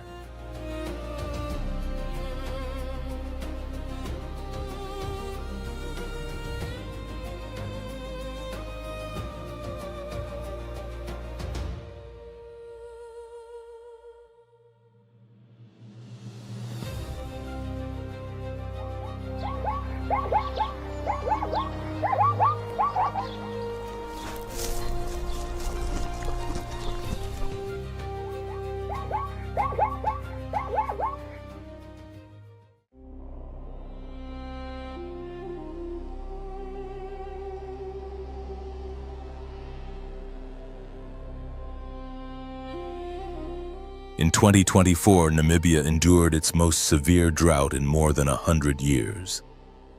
Across Etosha, waterholes nearly vanished. Hippopotamuses became stranded in shrinking pools of drying mud.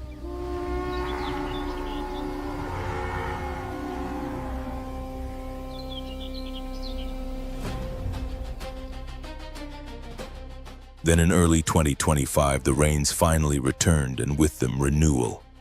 Grasslands flushed green once more.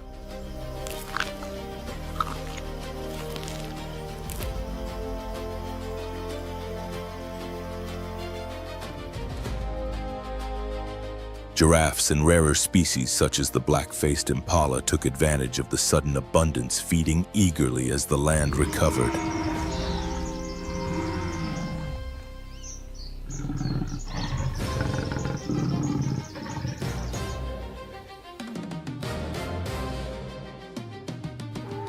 But this relief is temporary.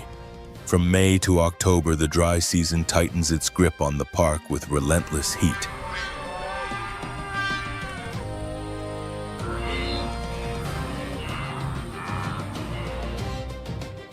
Daytime temperatures often climb between 35 and 48 degrees Celsius.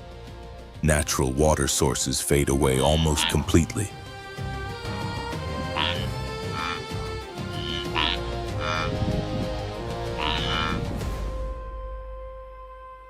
As water becomes scarce, herbivores are forced to gather at the few remaining oases.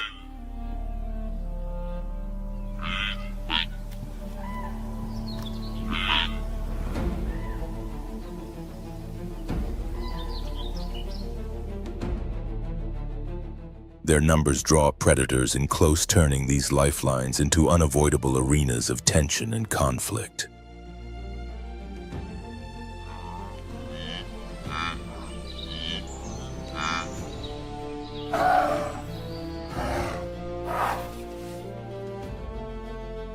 Among the giants that endure these harsh conditions is the black rhinoceros. Powerfully built, it can reach up to 1.5 meters at the shoulder and weigh well over a ton.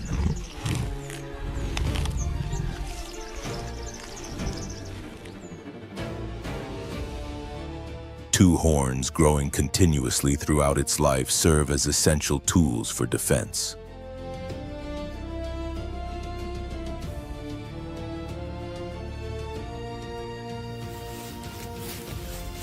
Despite its name, its skin is a dark gray, often coated in dust.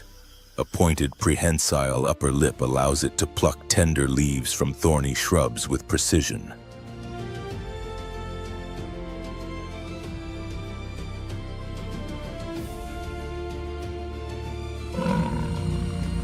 Remarkably, it can survive for days without drinking, drawing most of the moisture it needs from the plants it consumes, an adaptation finely tuned to life in an arid landscape.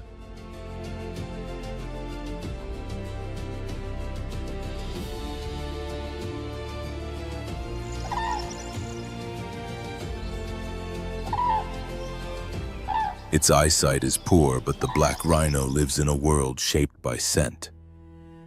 For this largely solitary animal, communication is written into the land itself.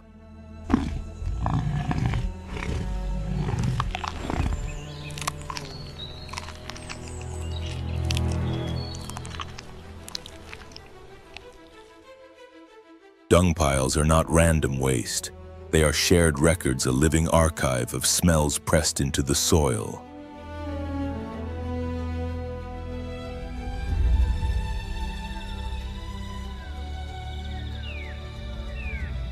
They reveal who has passed through their strength, their intentions, and even their readiness to mate.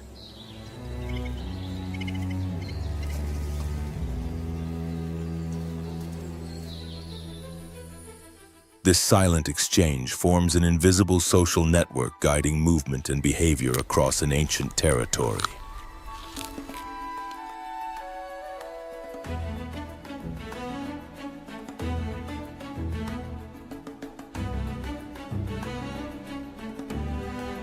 Even so, the dry season remains a relentless test. Artificial water holes like the one at Ocauquejo become critical sanctuaries. Here, even the normally solitary black rhino must tolerate the presence of others.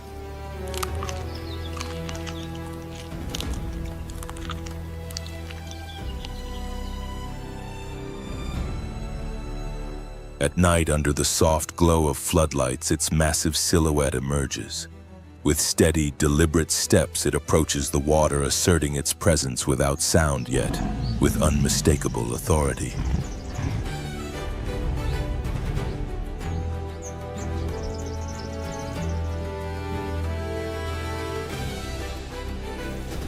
By 2023, Namibia was home to more than 2,200 black rhinos, with over 70% of them found within Etosha National Park.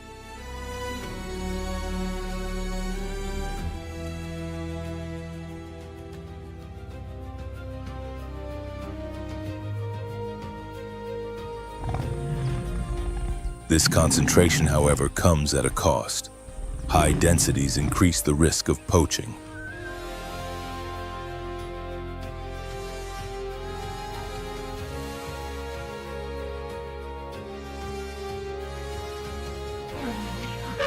Despite the efforts of dedicated rangers, GPS tracking, drone surveillance, and even the controversial removal of horns, the black rhino faces a threat greater than any natural predator, human greed persistent and unrelenting.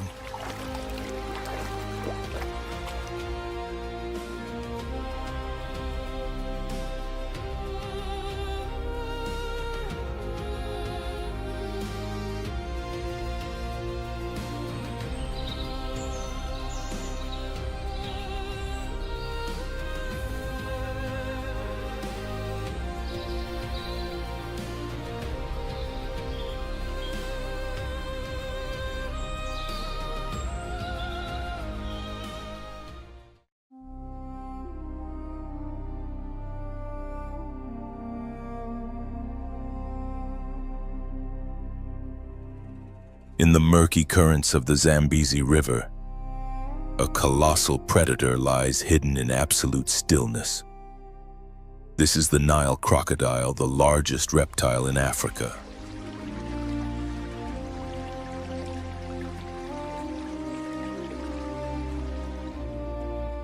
Unlike many hunters, it does not need to feed every day.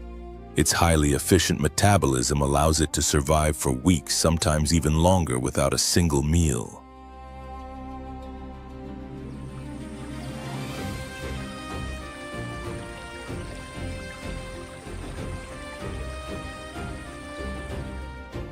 Lower Zambezi National Park is one of its strongholds. Here, survival depends as much on patience as on raw power.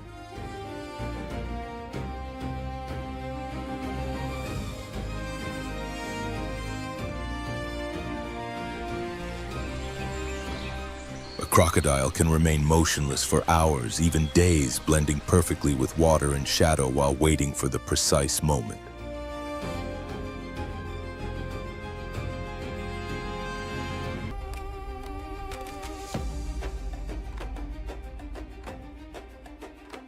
When an unsuspecting animal steps too close to the river's edge, there is no warning.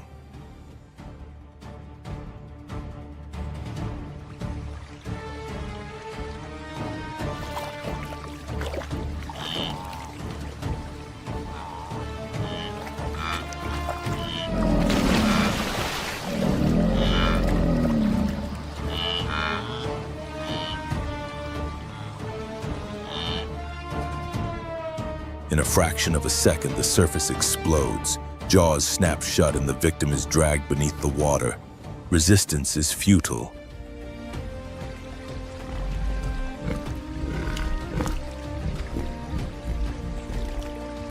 With a bite force reaching nearly 22,000 newtons, the Nile crocodile possesses one of the most powerful jaws in the natural world.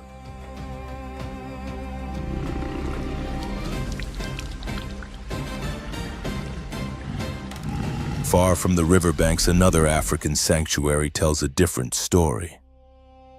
Often called the jewel of Namibia, Etosha National Park is home to 4 of the continent's Big Five: the elephant, the lion, the leopard, and the critically endangered black rhinoceros.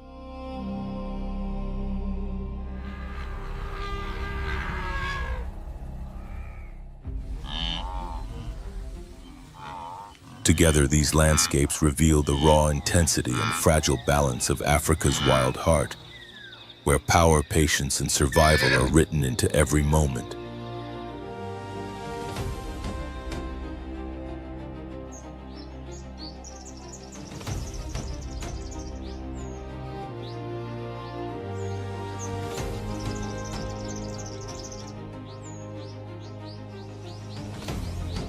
As night settles over the African savanna and the dust slowly returns to the wounded earth, the marks of conflict remain.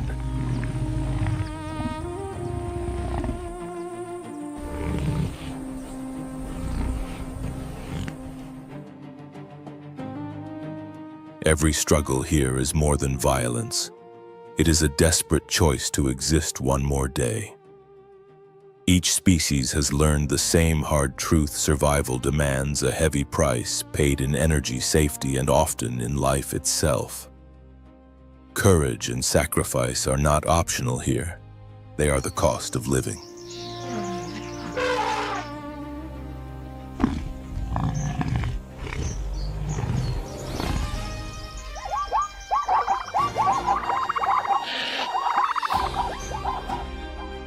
Yet these battles are not meaningless chaos.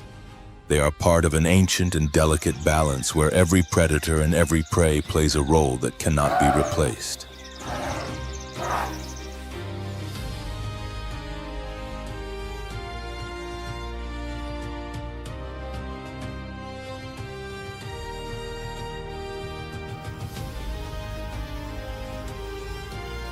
When one life ends, another continues. When one species disappears, the entire system trembles. Protecting the savanna does not mean stopping the struggle. It means preserving the stage where nature can follow its course whole and unhindered.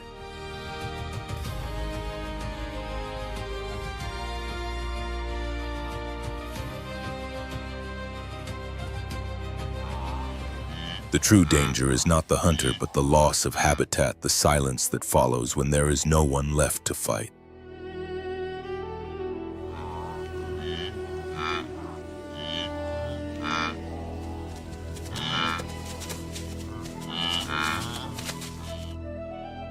To understand these wild conflicts is also a call to human responsibility.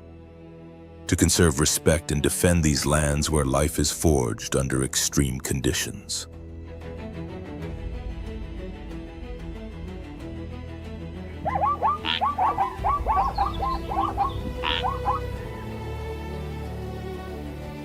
As long as the savanna still breathes, the story of survival will continue to be written with courage, risk, and sacrifice.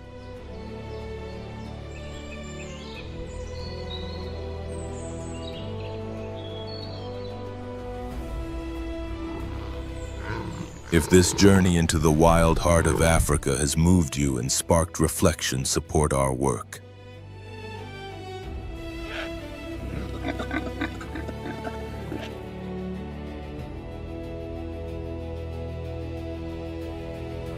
Like the video and subscribe to Beast Call Nature to keep exploring, understanding, and protecting the untamed world of wildlife.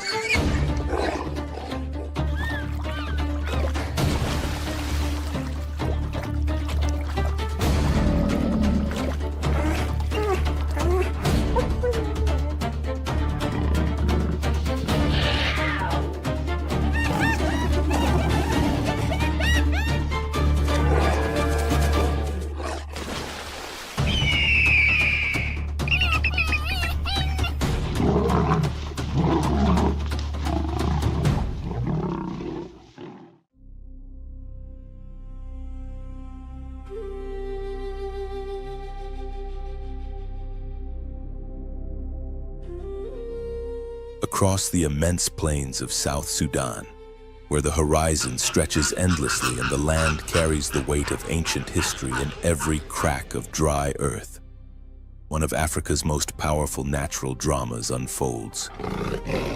This is a realm where survival is earned through speed, awareness, and resolve, a wild stage where every creature must struggle relentlessly to secure its place in the days ahead.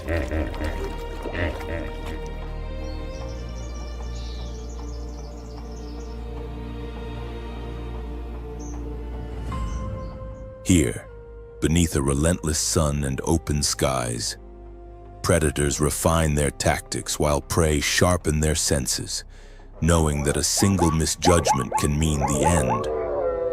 The savannas of South Sudan offer no refuge. Hunger, thirst, rivalry, and sudden encounters are not exceptions, but part of daily existence in this unforgiving landscape.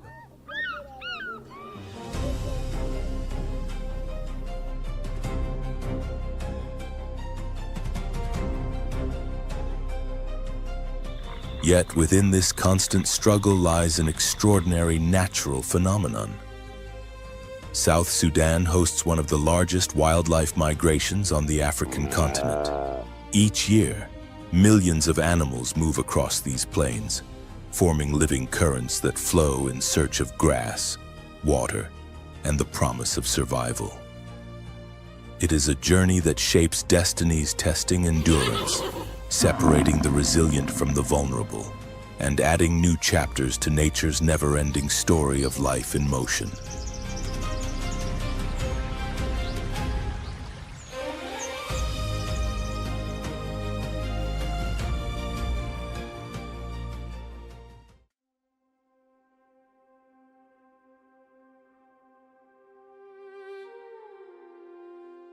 At the heart of this expedition lie two remarkable landscapes. Little known beyond the scientific world, Boma National Park and Bandingilo National Park.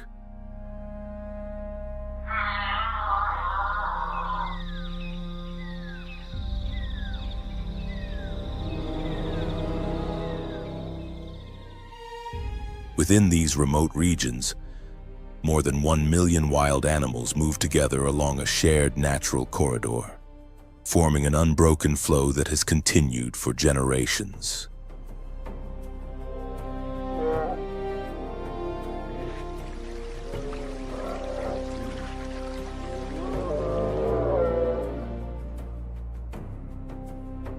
Among them stands an extraordinary sight: the vast herds of white-eared kob, numbering over 700,000 individuals, representing one of the largest gatherings of antelope anywhere on Earth.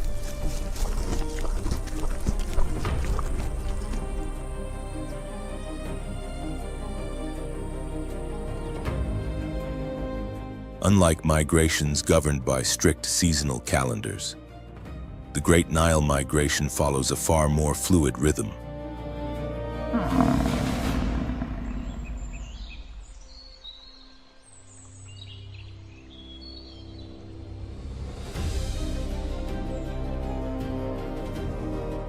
Its timing is shaped by rainfall patterns and the rise and fall of the White Nile.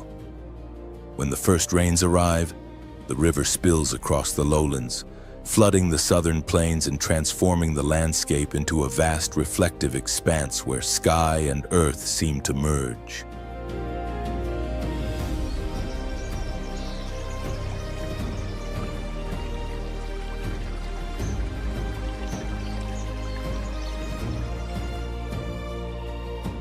As the waters recede, a fresh layer of tender grass emerges, soft, nutrient-rich, and irresistible, drawing the antelope back once more in search of nourishment.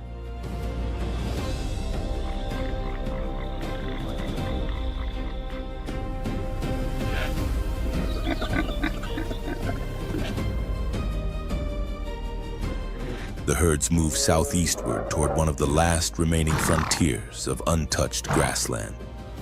This ancient savanna stretches unbroken by human development, a rare wilderness where natural processes still dominate.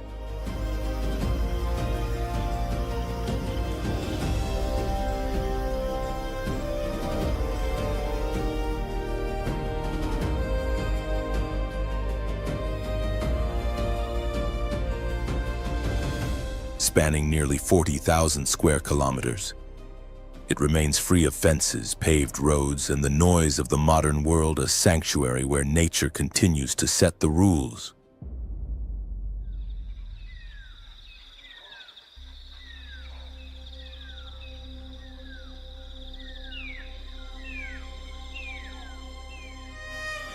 While the Serengeti migration has become a global symbol of wildlife tourism, captured from every possible angle, the journey of the white-eared kob in South Sudan remains largely unseen.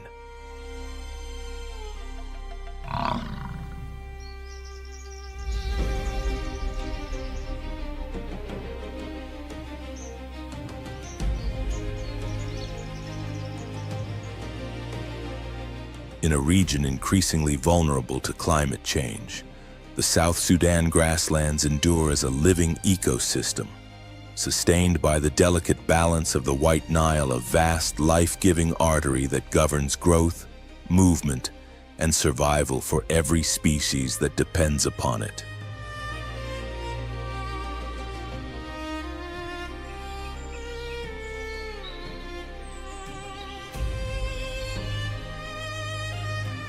The warm sun of South Sudan drapes itself gently over the tall grasses of the savanna.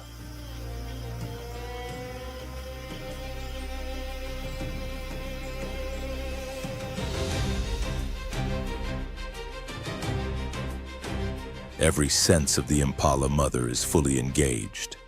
Her body is taut with awareness. Ears pivot like finely tuned receivers, capturing the faintest sound, while flared nostrils read the invisible signals carried on the wind.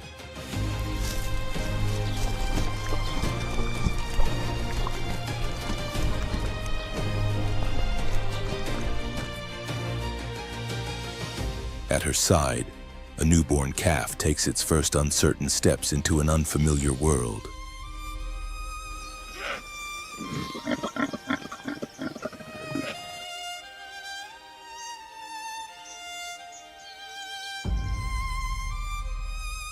The young impala's coat still glistens with the trace of birth. For now, its mother's presence is everything: shelter, warmth, and reassurance within an immense and unpredictable landscape.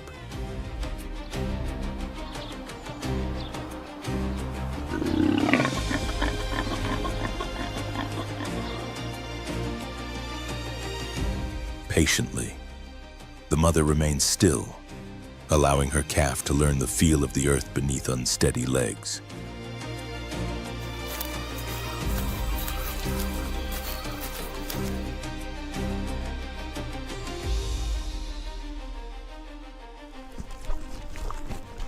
Within days, those fragile limbs will grow stronger, preparing the calf for its first burst of speed.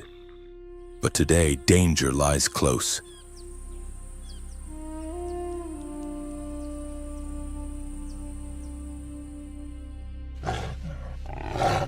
Hidden among scattered shrubs, a lioness waits, motionless, her gaze fixed on the smallest movement of the young impala.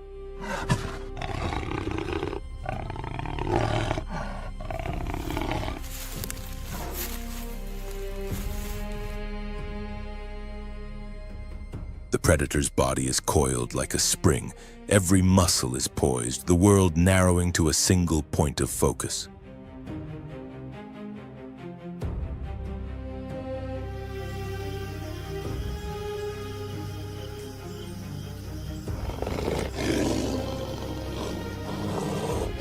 At that critical moment, the impala mother makes a deliberate choice.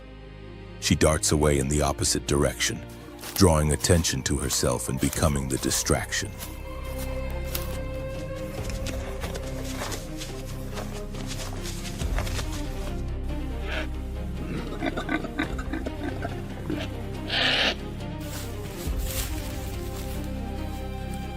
The risk is total, a calculated sacrifice made to shield her vulnerable offspring.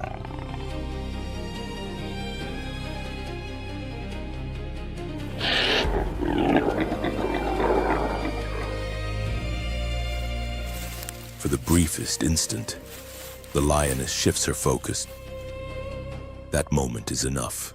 The calf remains unharmed, untouched by the threat. For it, the hunt ends before it truly begins.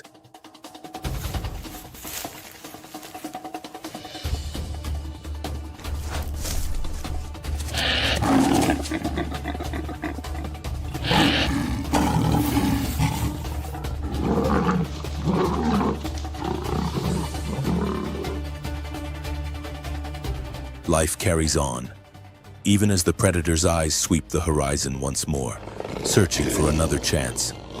Her own cubs are waiting, and hunger will soon drive her forward again.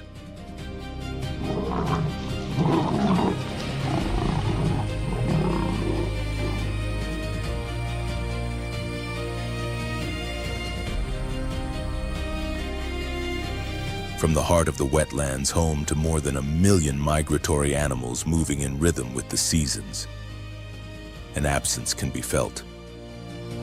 One of Africa's most agile and highly coordinated predators is missing: the African wild dog. Its disappearance has left a profound gap in the balance of the ecosystem.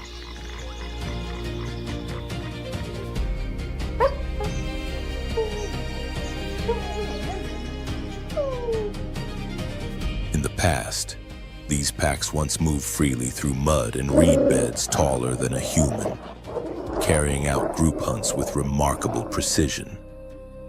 Their success was the result of a biology refined over millions of years.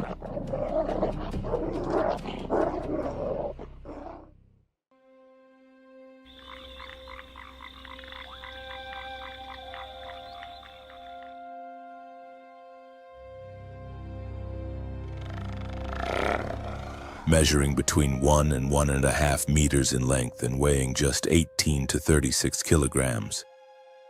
They are smaller than lions and more lightly built than leopards. Yet their muscular structure, especially in the shoulders and hind legs, makes them extraordinary athletes, built for endurance rather than brute strength.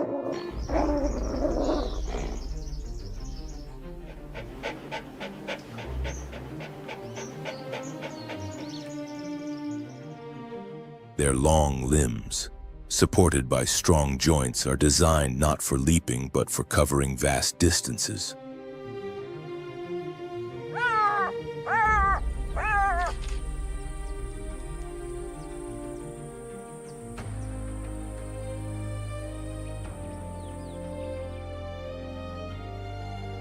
A flexible spine, efficient lungs, a powerful heart, and a deep chest allow them to sustain speeds of up to 48 kilometers per hour for several minutes at a time.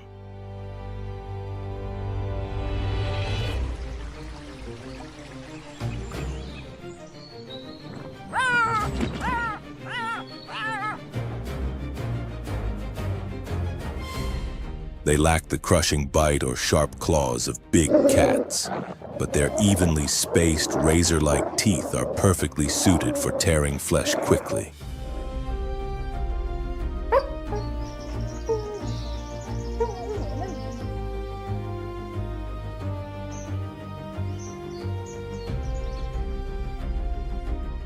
Large ears serve a dual purpose, releasing excess heat and acting as sensitive receivers, picking up signals from pack members even in dense vegetation.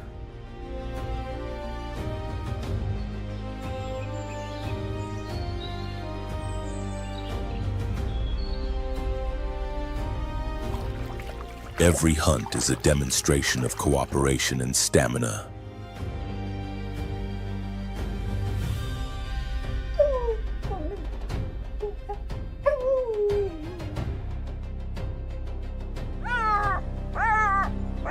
African wild dogs target the young, the old, or the weakened within herds of impala, cob, or gazelle.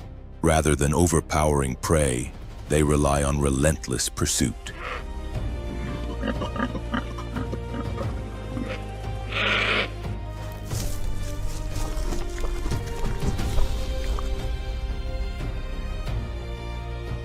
Each member plays a role. Leaders steer the chase, others cut off escape routes, and the strongest close in from behind until the prey can no longer continue. This method, known as exhaustion hunting, depends entirely on teamwork and persistence.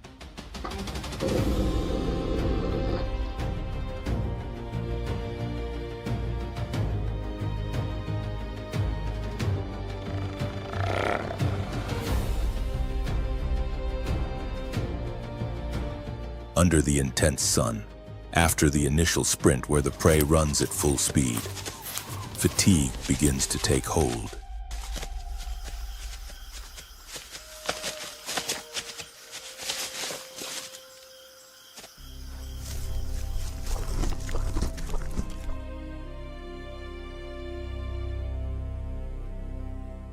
Breathing becomes labored, movement slows. That is when the pack moves in, delivering coordinated bites to bring the chase to an end. From the first signs of exhaustion to the final moment, the process may last only a few minutes.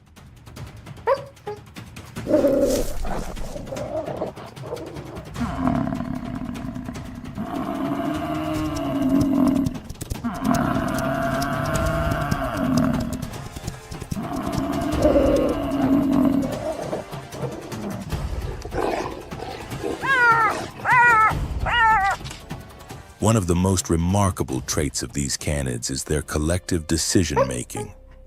Hunts do not begin until consensus is reached.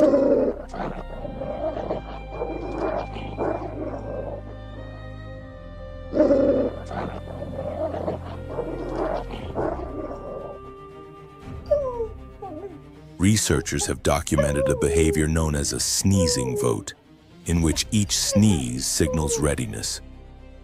Once enough individuals participate, the pack sets off.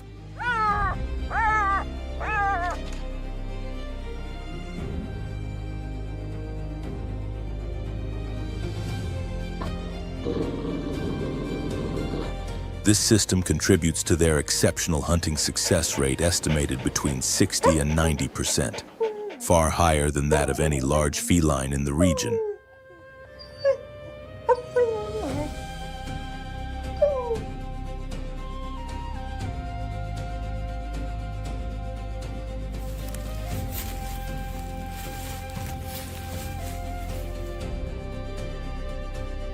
Even feeding reflects their social structure. Pups and weaker members eat first, while adults later regurgitate food for those left behind.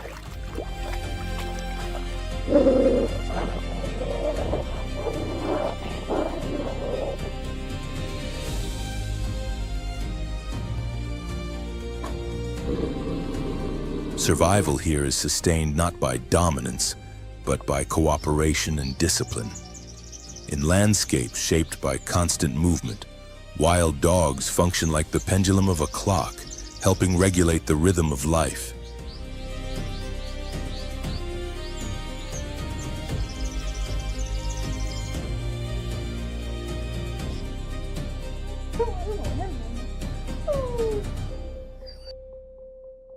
Today, however, their future is uncertain. Global wild populations are estimated at only 6,000 to 600 individuals a month, with a very small number of mature adults. In the southern wetlands, recovery may already be out of reach.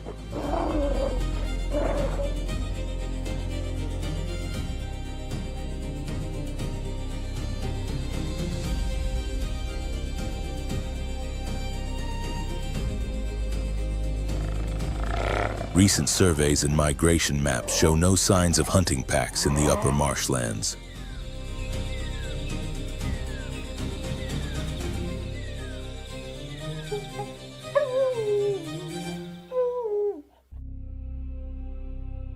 Perhaps this land has grown too quiet for a species that depends on space, communication, and constant motion.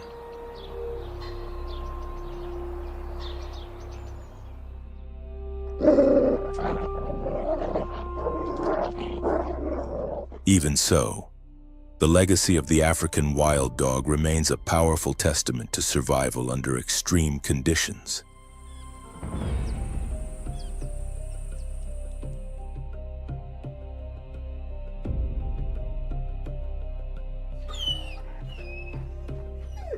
Their disappearance is not only a biological loss, but a quiet warning.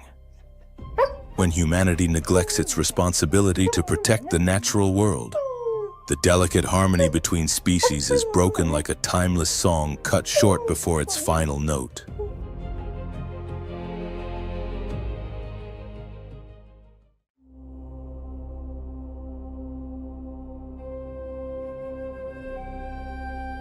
In the regions where the Nile dissolves into a vast maze of endless swamps, and the air hangs heavy with humidity, an ancient giant emerges, the hippopotamus.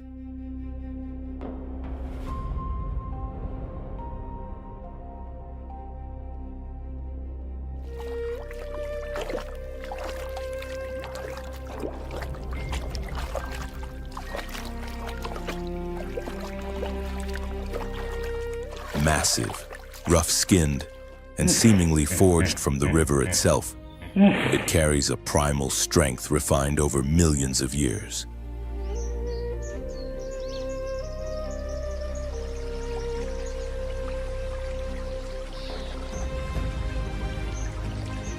Among the world's surviving semi-aquatic mammals, few inspire the same sense of power. Its evolutionary roots trace back to an ancient lineage shared with whales, creatures that once returned from the oceans to walk on land. One branch remained bound to wetlands, giving rise to the modern hippopotamus.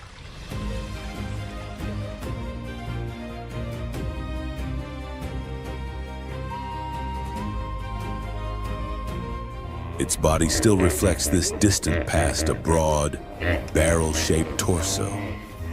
Short yet incredibly powerful limbs and skin nearly 4 centimeters thick.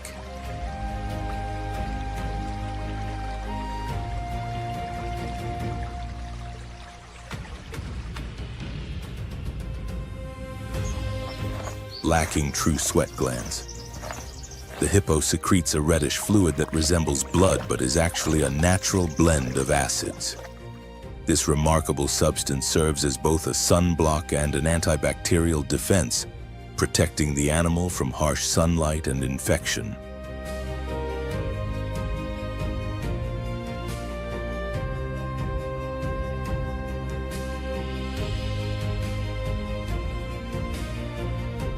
A fully grown male can weigh up to 1/600 kilograms and stretch close to 5 meters in length. Its lower tusks, which may grow beyond half a meter, never stop growing and are used solely in combat.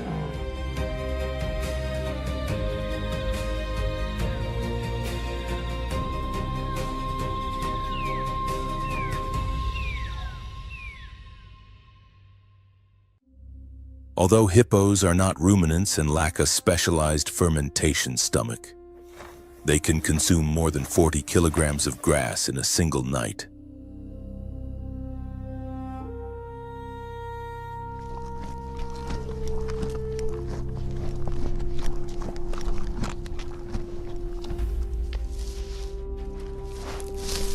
During the day, they remain almost motionless beneath the water's surface to escape the heat.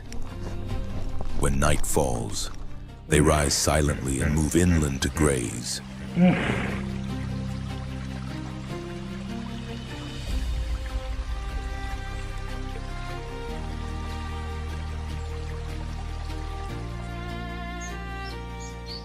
Hippos live in small social groups known as pods, usually numbering between 5 and 30 individuals.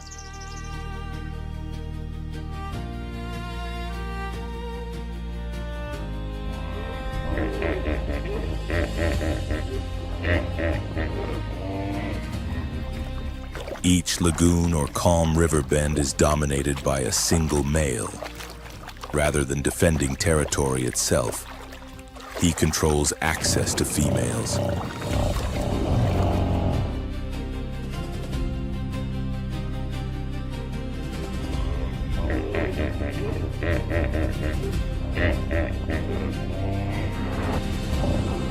Conflicts between rival males can be brutal, with tusks transforming from warning displays into lethal weapons capable of tearing flesh and crushing bone. Some encounters end in death.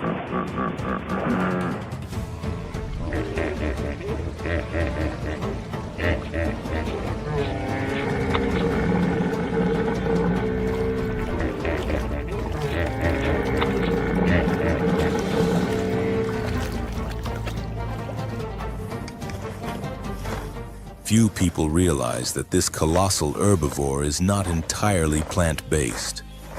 Under extreme conditions, hippos have been observed scavenging and even consuming meat, including the remains of their own species.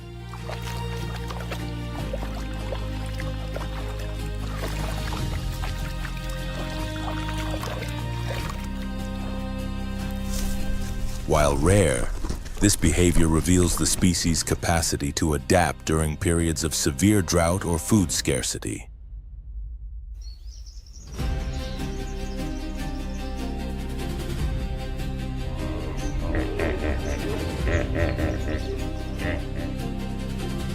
With the arrival of seasonal rains, the river swells, fish populations surge, vegetation bursts into life, and migratory birds fill the skies.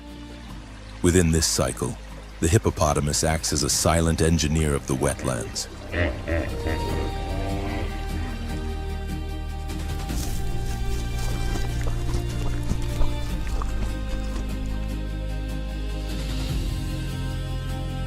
Its grazing and waste transport nutrients between grasslands and freshwater systems, rich in phosphorus and nitrogen. Hippo dung fuels microorganisms and algae that form the foundation of aquatic food webs, supporting fish, wading birds, and countless other species.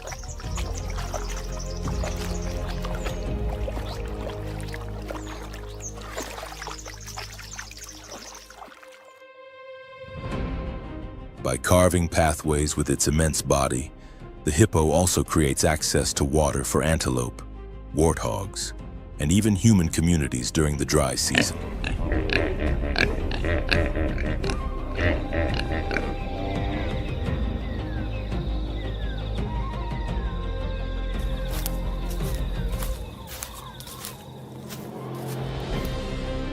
Despite its crucial ecological role, the hippopotamus now faces increasing pressure. Agricultural expansion, illegal fishing practices, and above all, poaching for its tusks, often used as substitutes for ivory, have pushed the species into a vulnerable state.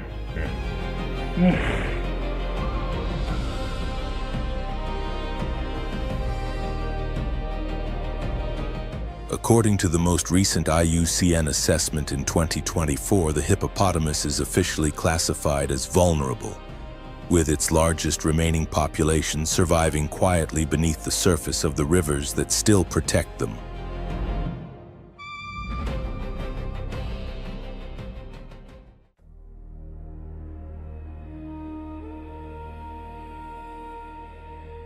Under the unforgiving sun, hippopotamuses snort and exhale powerful jets of water that rise like living fountains.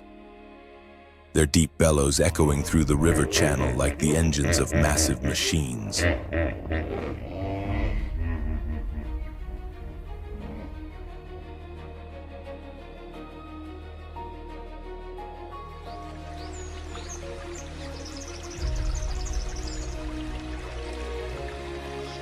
Yet across the current, something far quieter and far deadlier remains concealed beneath the opaque water.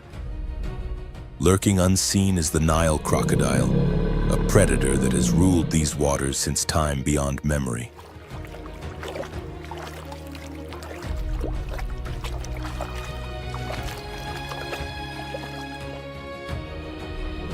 This reptile is a living archive of the river itself, a shadow of deep history once carved into ancient stone as Sobek, the god of water, fertility, and protector of the pharaohs.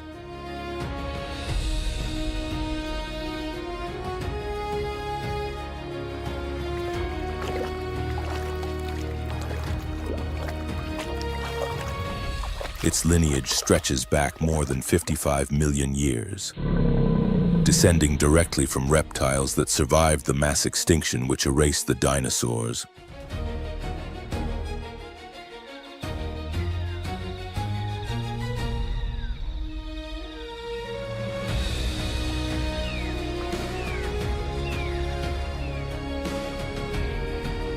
Today, the Nile crocodile occupies waterways across 26 African nations. Its strongest populations are found in Eastern Africa, from Egypt through South Sudan and into Uganda.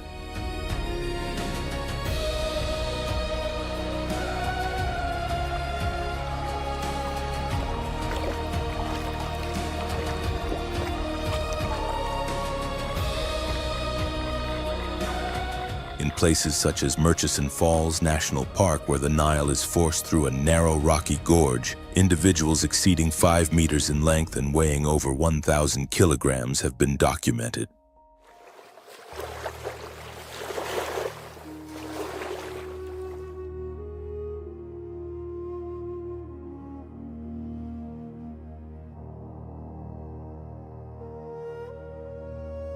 One of the crocodile's most remarkable adaptations is its mastery of body temperature.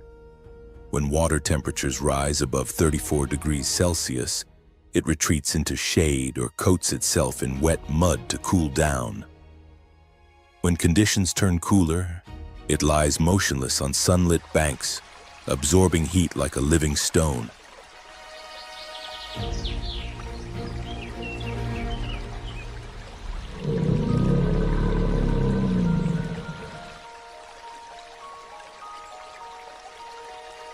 Beneath the water's surface, only its eyes and nostrils remain visible small, unblinking points among reeds and roots.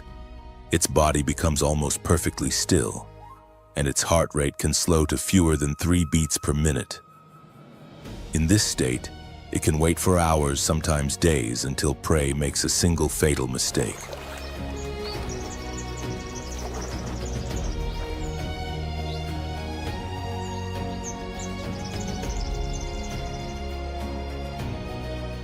crocodile does not pursue its victims. Instead, it positions itself where animals have no choice but to come close riverbanks, shrinking rain pools, or swamps that retain moisture during the dry season.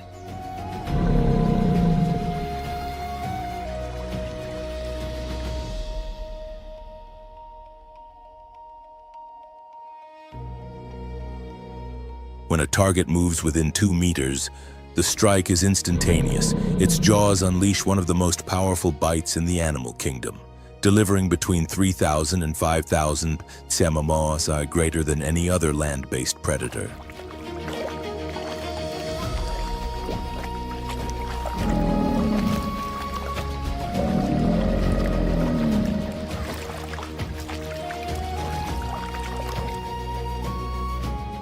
The initial strike usually targets the neck or limbs, immobilizing the victim. What follows is even more devastating: the death roll.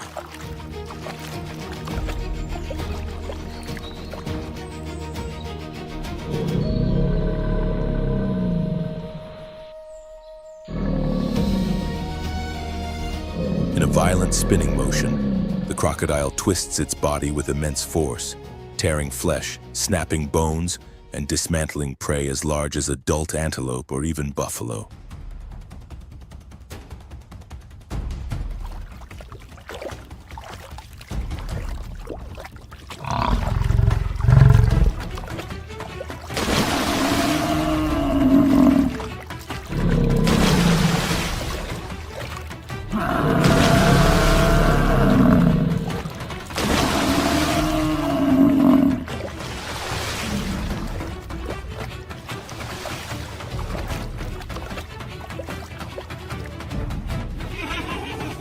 Once submerged, the method shifts to suffocation.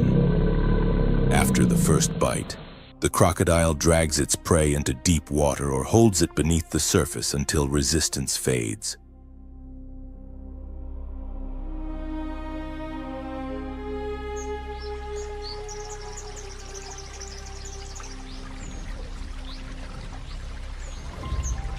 If the animal is too large to consume immediately, the crocodile secures the carcass in a quiet pool, wedged beneath rocks or vegetation.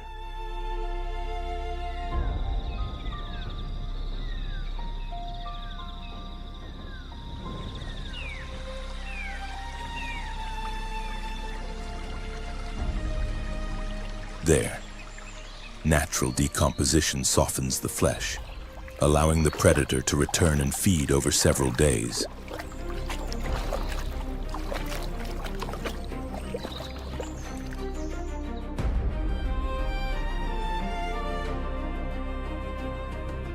Yet despite being one of Africa's most formidable hunters, the Nile crocodile shares an unexpected and almost symbolic relationship with a much smaller creature, the Egyptian plover.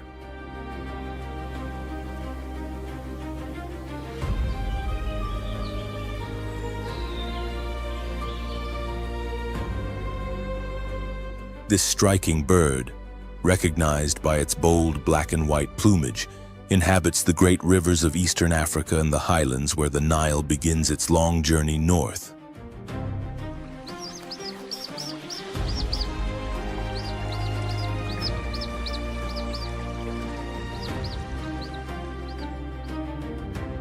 On rare occasions, observers have witnessed a scene that feels lifted from ancient legend. A crocodile lies motionless along the riverbank, jaws stretched wide, resembling a fallen log split open by time.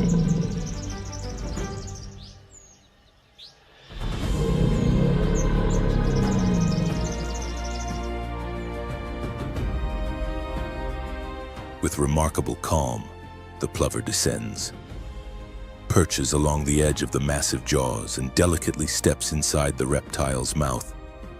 There, it pecks at scraps of trapped food, parasites, and decaying tissue lodged between the teeth, a natural form of maintenance carried out in an atmosphere of astonishing trust.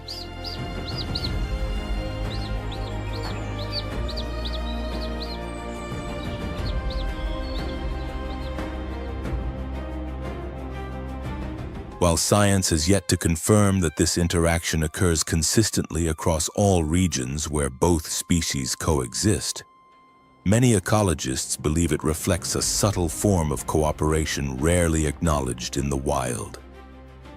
Even between a supreme predator and a fragile bird, an unspoken understanding may exist, proof that nature's balance is built not only on conflict, but occasionally on quiet alliances.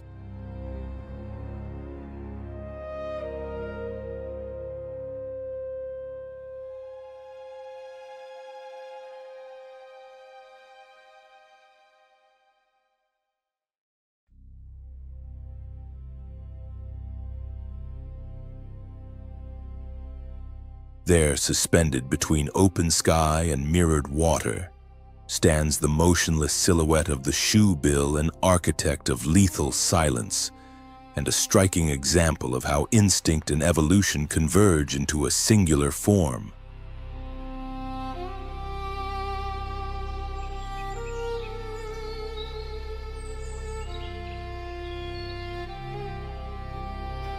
Despite its common name, the whale-headed stork is not a true stork at all. Modern genetic research reveals that it is more closely related to pelicans than to traditional storks.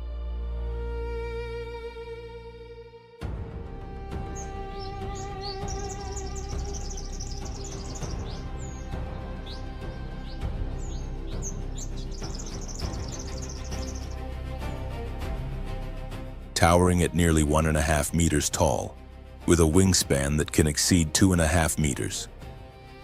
The shoebill commands attention, yet its most defining feature is its extraordinary bill, broad and heavy, and unmistakable.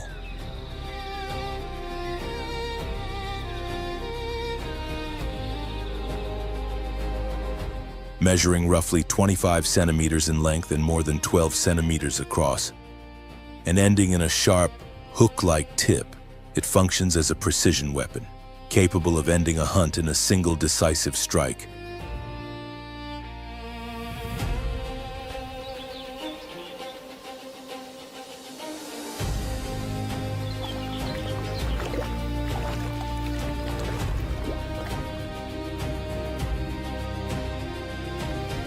The shoebill is a master of patience.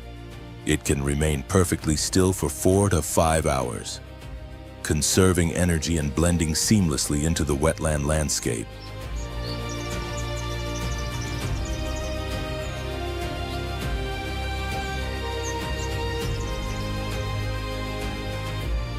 When a longfish, catfish, or other prey rises toward the surface, the bird explodes into action. Its massive bill slams downward with remarkable speed and force, often crushing the spine of its victim instantly, an efficient and deadly conclusion to one of nature's quietest hunts.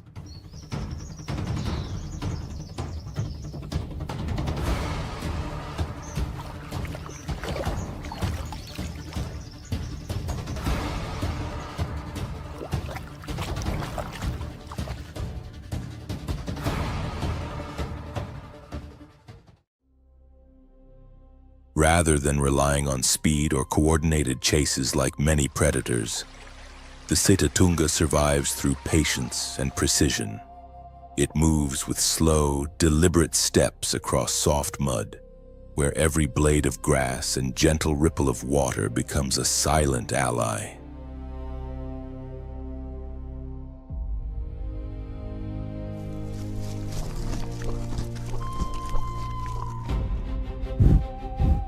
The flooded wetlands themselves serve as natural camouflage, shielding this elusive antelope and allowing it to exist quietly yet confidently.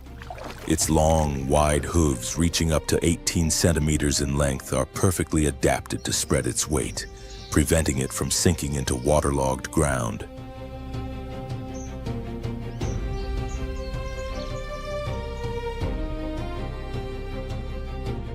Adult males stand between 81 and 100 centimeters at the shoulder, with a body length of up to 160 centimeters and a weight ranging from 76 to 90 kilograms.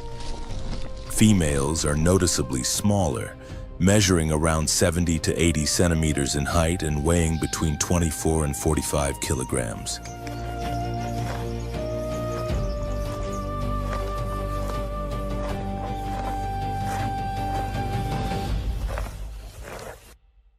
Their coats are a rich, deep brown that darkens with age, marked by pale white stripes that shimmer like reflections dancing across the dark surface of swamp water.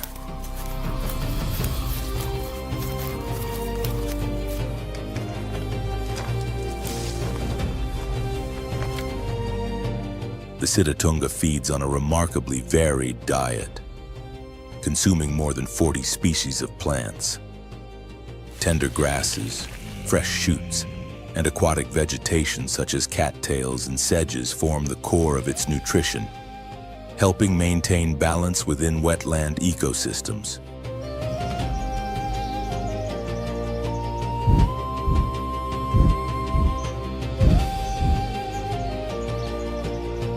Yet despite its specialization, the Sitatunga remains an integral part of the food chain, falling prey to lions, leopards, crocodiles, and African wild dogs.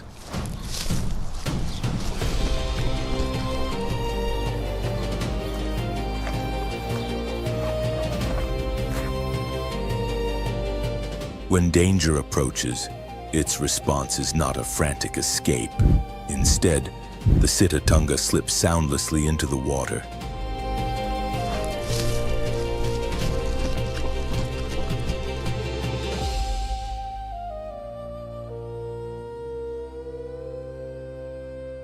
Only its nostrils and eyes remain above the surface like two small pearls floating in the swamp before it vanishes completely into the wetlands, leaving no trace behind.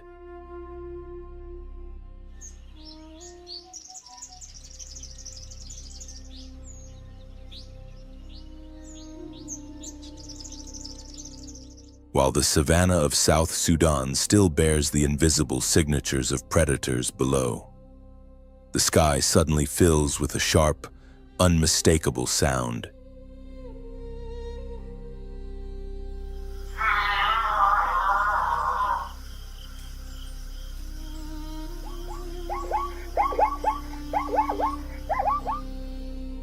It is neither thunder nor wind, but a clear, ringing cry that cuts through the humid air of the wetlands, the call of the African fish eagle.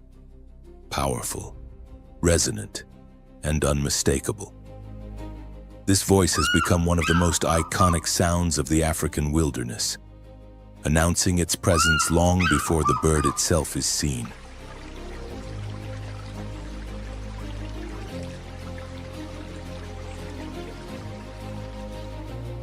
With a wingspan that can stretch up to 2.4 meters, a body length of 63 to 75 centimeters, and a weight ranging from 2 to 4.4 kilograms, the African fish eagle needs no extravagant plumage to command respect.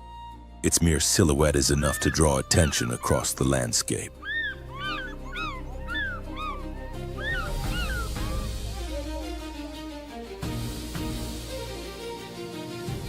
A bright white head and chest form a striking crown against the deep brown of its wings and body, blending seamlessly with riverbanks and marsh vegetation. Beneath this regal appearance, piercing yellow eyes remain fixed on the water below, scanning for the slightest movement.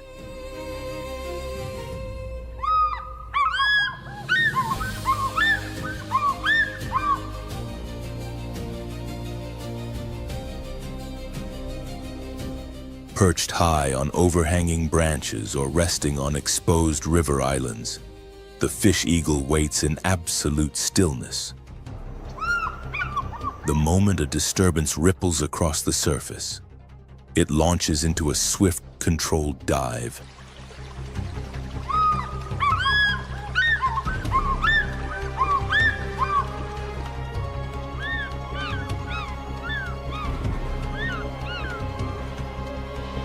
Its range extends across nearly all of Africa wherever open water exists.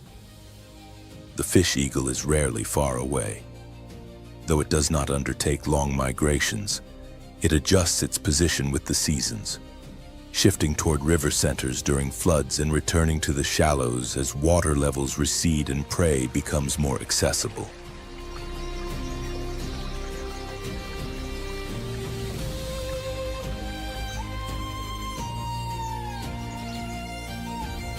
Its hunting technique is a balance of patience and explosive precision.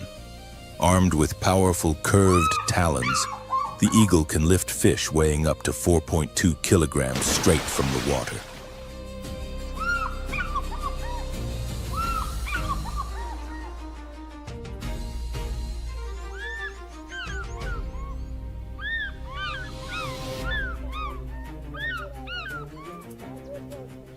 If the catch proves too heavy, it paddles toward shore with strong wing beats, refusing to release its prize.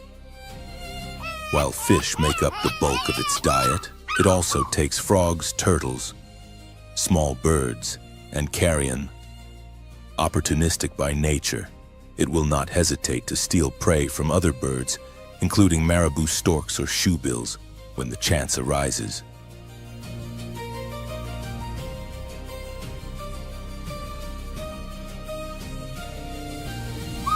Beyond its ecological role, the African fish eagle holds deep cultural significance, featured on the national coat of arms of South Sudan. It symbolizes freedom, resilience, and the untamed spirit of Africa itself.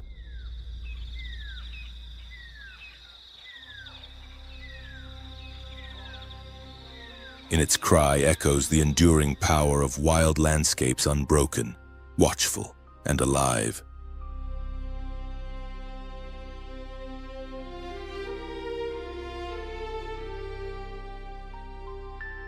Silently, another bird arrives. The marabou stork appears only after the heavy footsteps of elephants have faded and the echo of the fish eagle's call has dissolved into stillness. It comes not as a hunter, but as a quiet specialist ready to assume a role that is far from glamorous, yet absolutely essential to life on the savannah.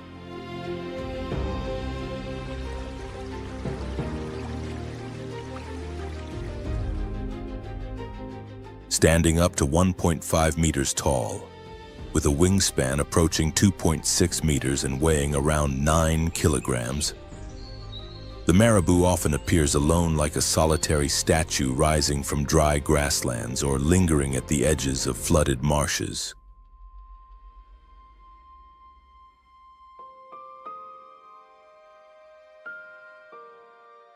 Its bare head and neck, deep-set dark eyes, and the large pendulous pouch hanging from its throat give it an unsettling, almost prehistoric presence.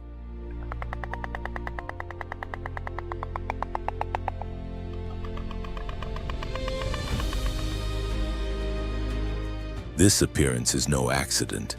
The marabou stork is perfectly adapted for a task few creatures are equipped to perform, processing death.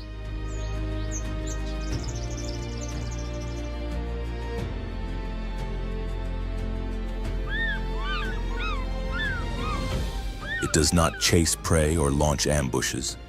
Instead, it watches from above, waiting patiently until a white-eared cob, a tiang, or a reedbuck collapses after the strain of migration.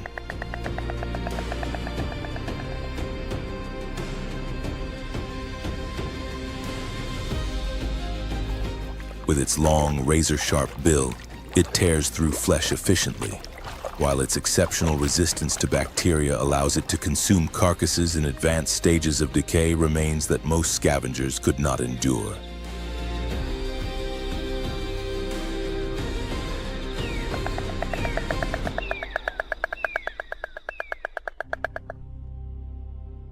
In flooded wetlands, marabou storks often move in small groups of 5 to 30 individuals, tracking the great movements of wildlife.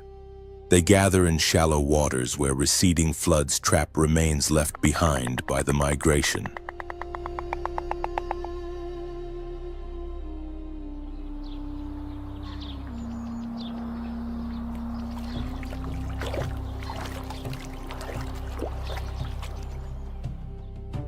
These sites become feeding hubs, where a single carcass can sustain an entire group for days.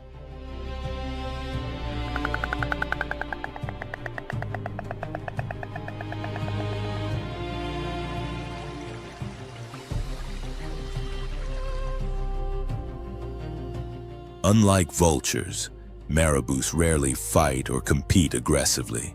They move quietly among the remains, taking what others leave behind.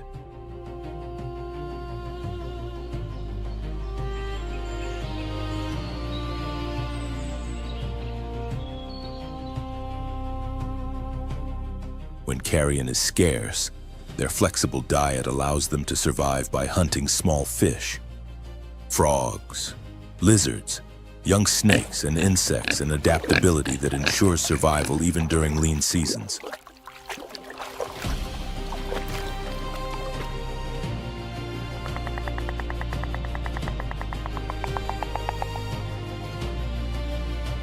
During the dry months, when temperatures soar, the marabou relies on a cooling mechanism known as urohydrosis.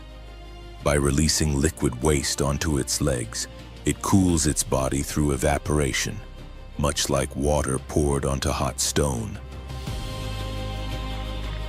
It also limits its activity to dawn and dusk, avoiding the intense heat of midday. In flight, the marabou stork rides rising thermal currents above the wetlands, gliding vast distances without a single wing beat.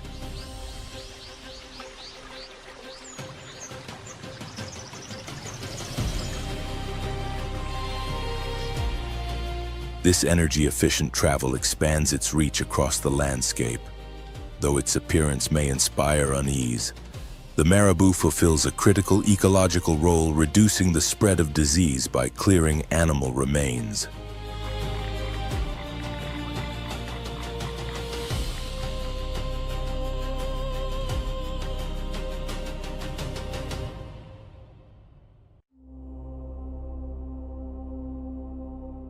In doing so, it serves as the wetland's natural sanitation force, quietly maintaining balance where life and death inevitably meet.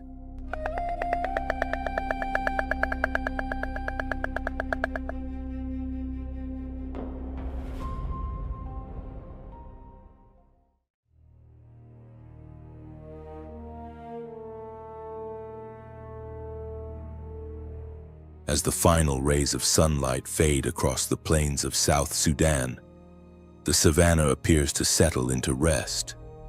But here, the struggle never truly ends.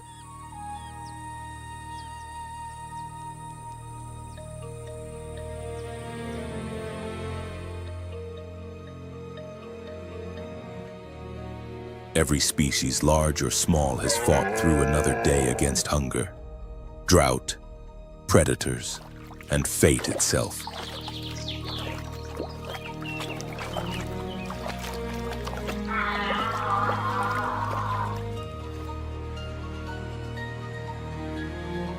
Each breath taken, each step earned, stands as proof of a natural world locked in a constant contest with itself, brutal, yet undeniably beautiful.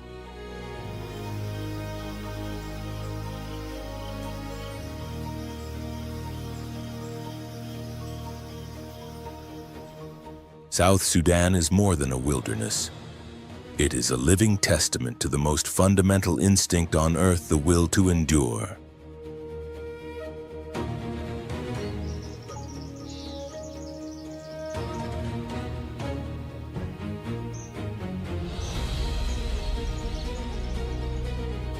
The vast migrations that sweep across these lands, the ingenious strategies used to evade death, and the fierce confrontations that decide who survives and who falls, all form part of an ancient cycle, one that has shaped life in Africa long before human memory began.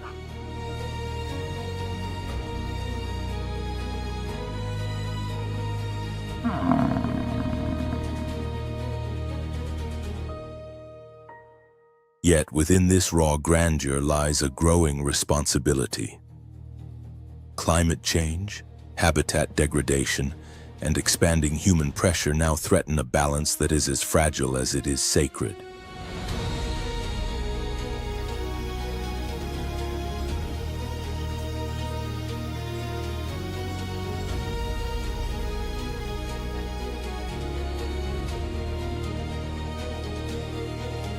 In response, conservation efforts across South Sudan and the wider continent strive to protect wildlife, restore ecosystems, and ensure that this timeless dance of life continues for generations to come.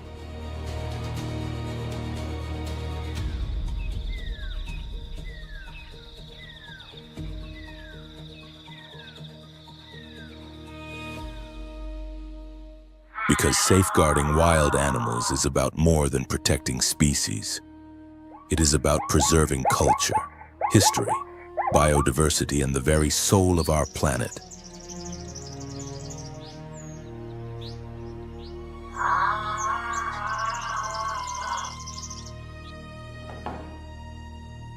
May this journey serve as a reminder that nature is not merely a spectacle, it is a legacy, and caring for it may be the greatest expression of our humanity.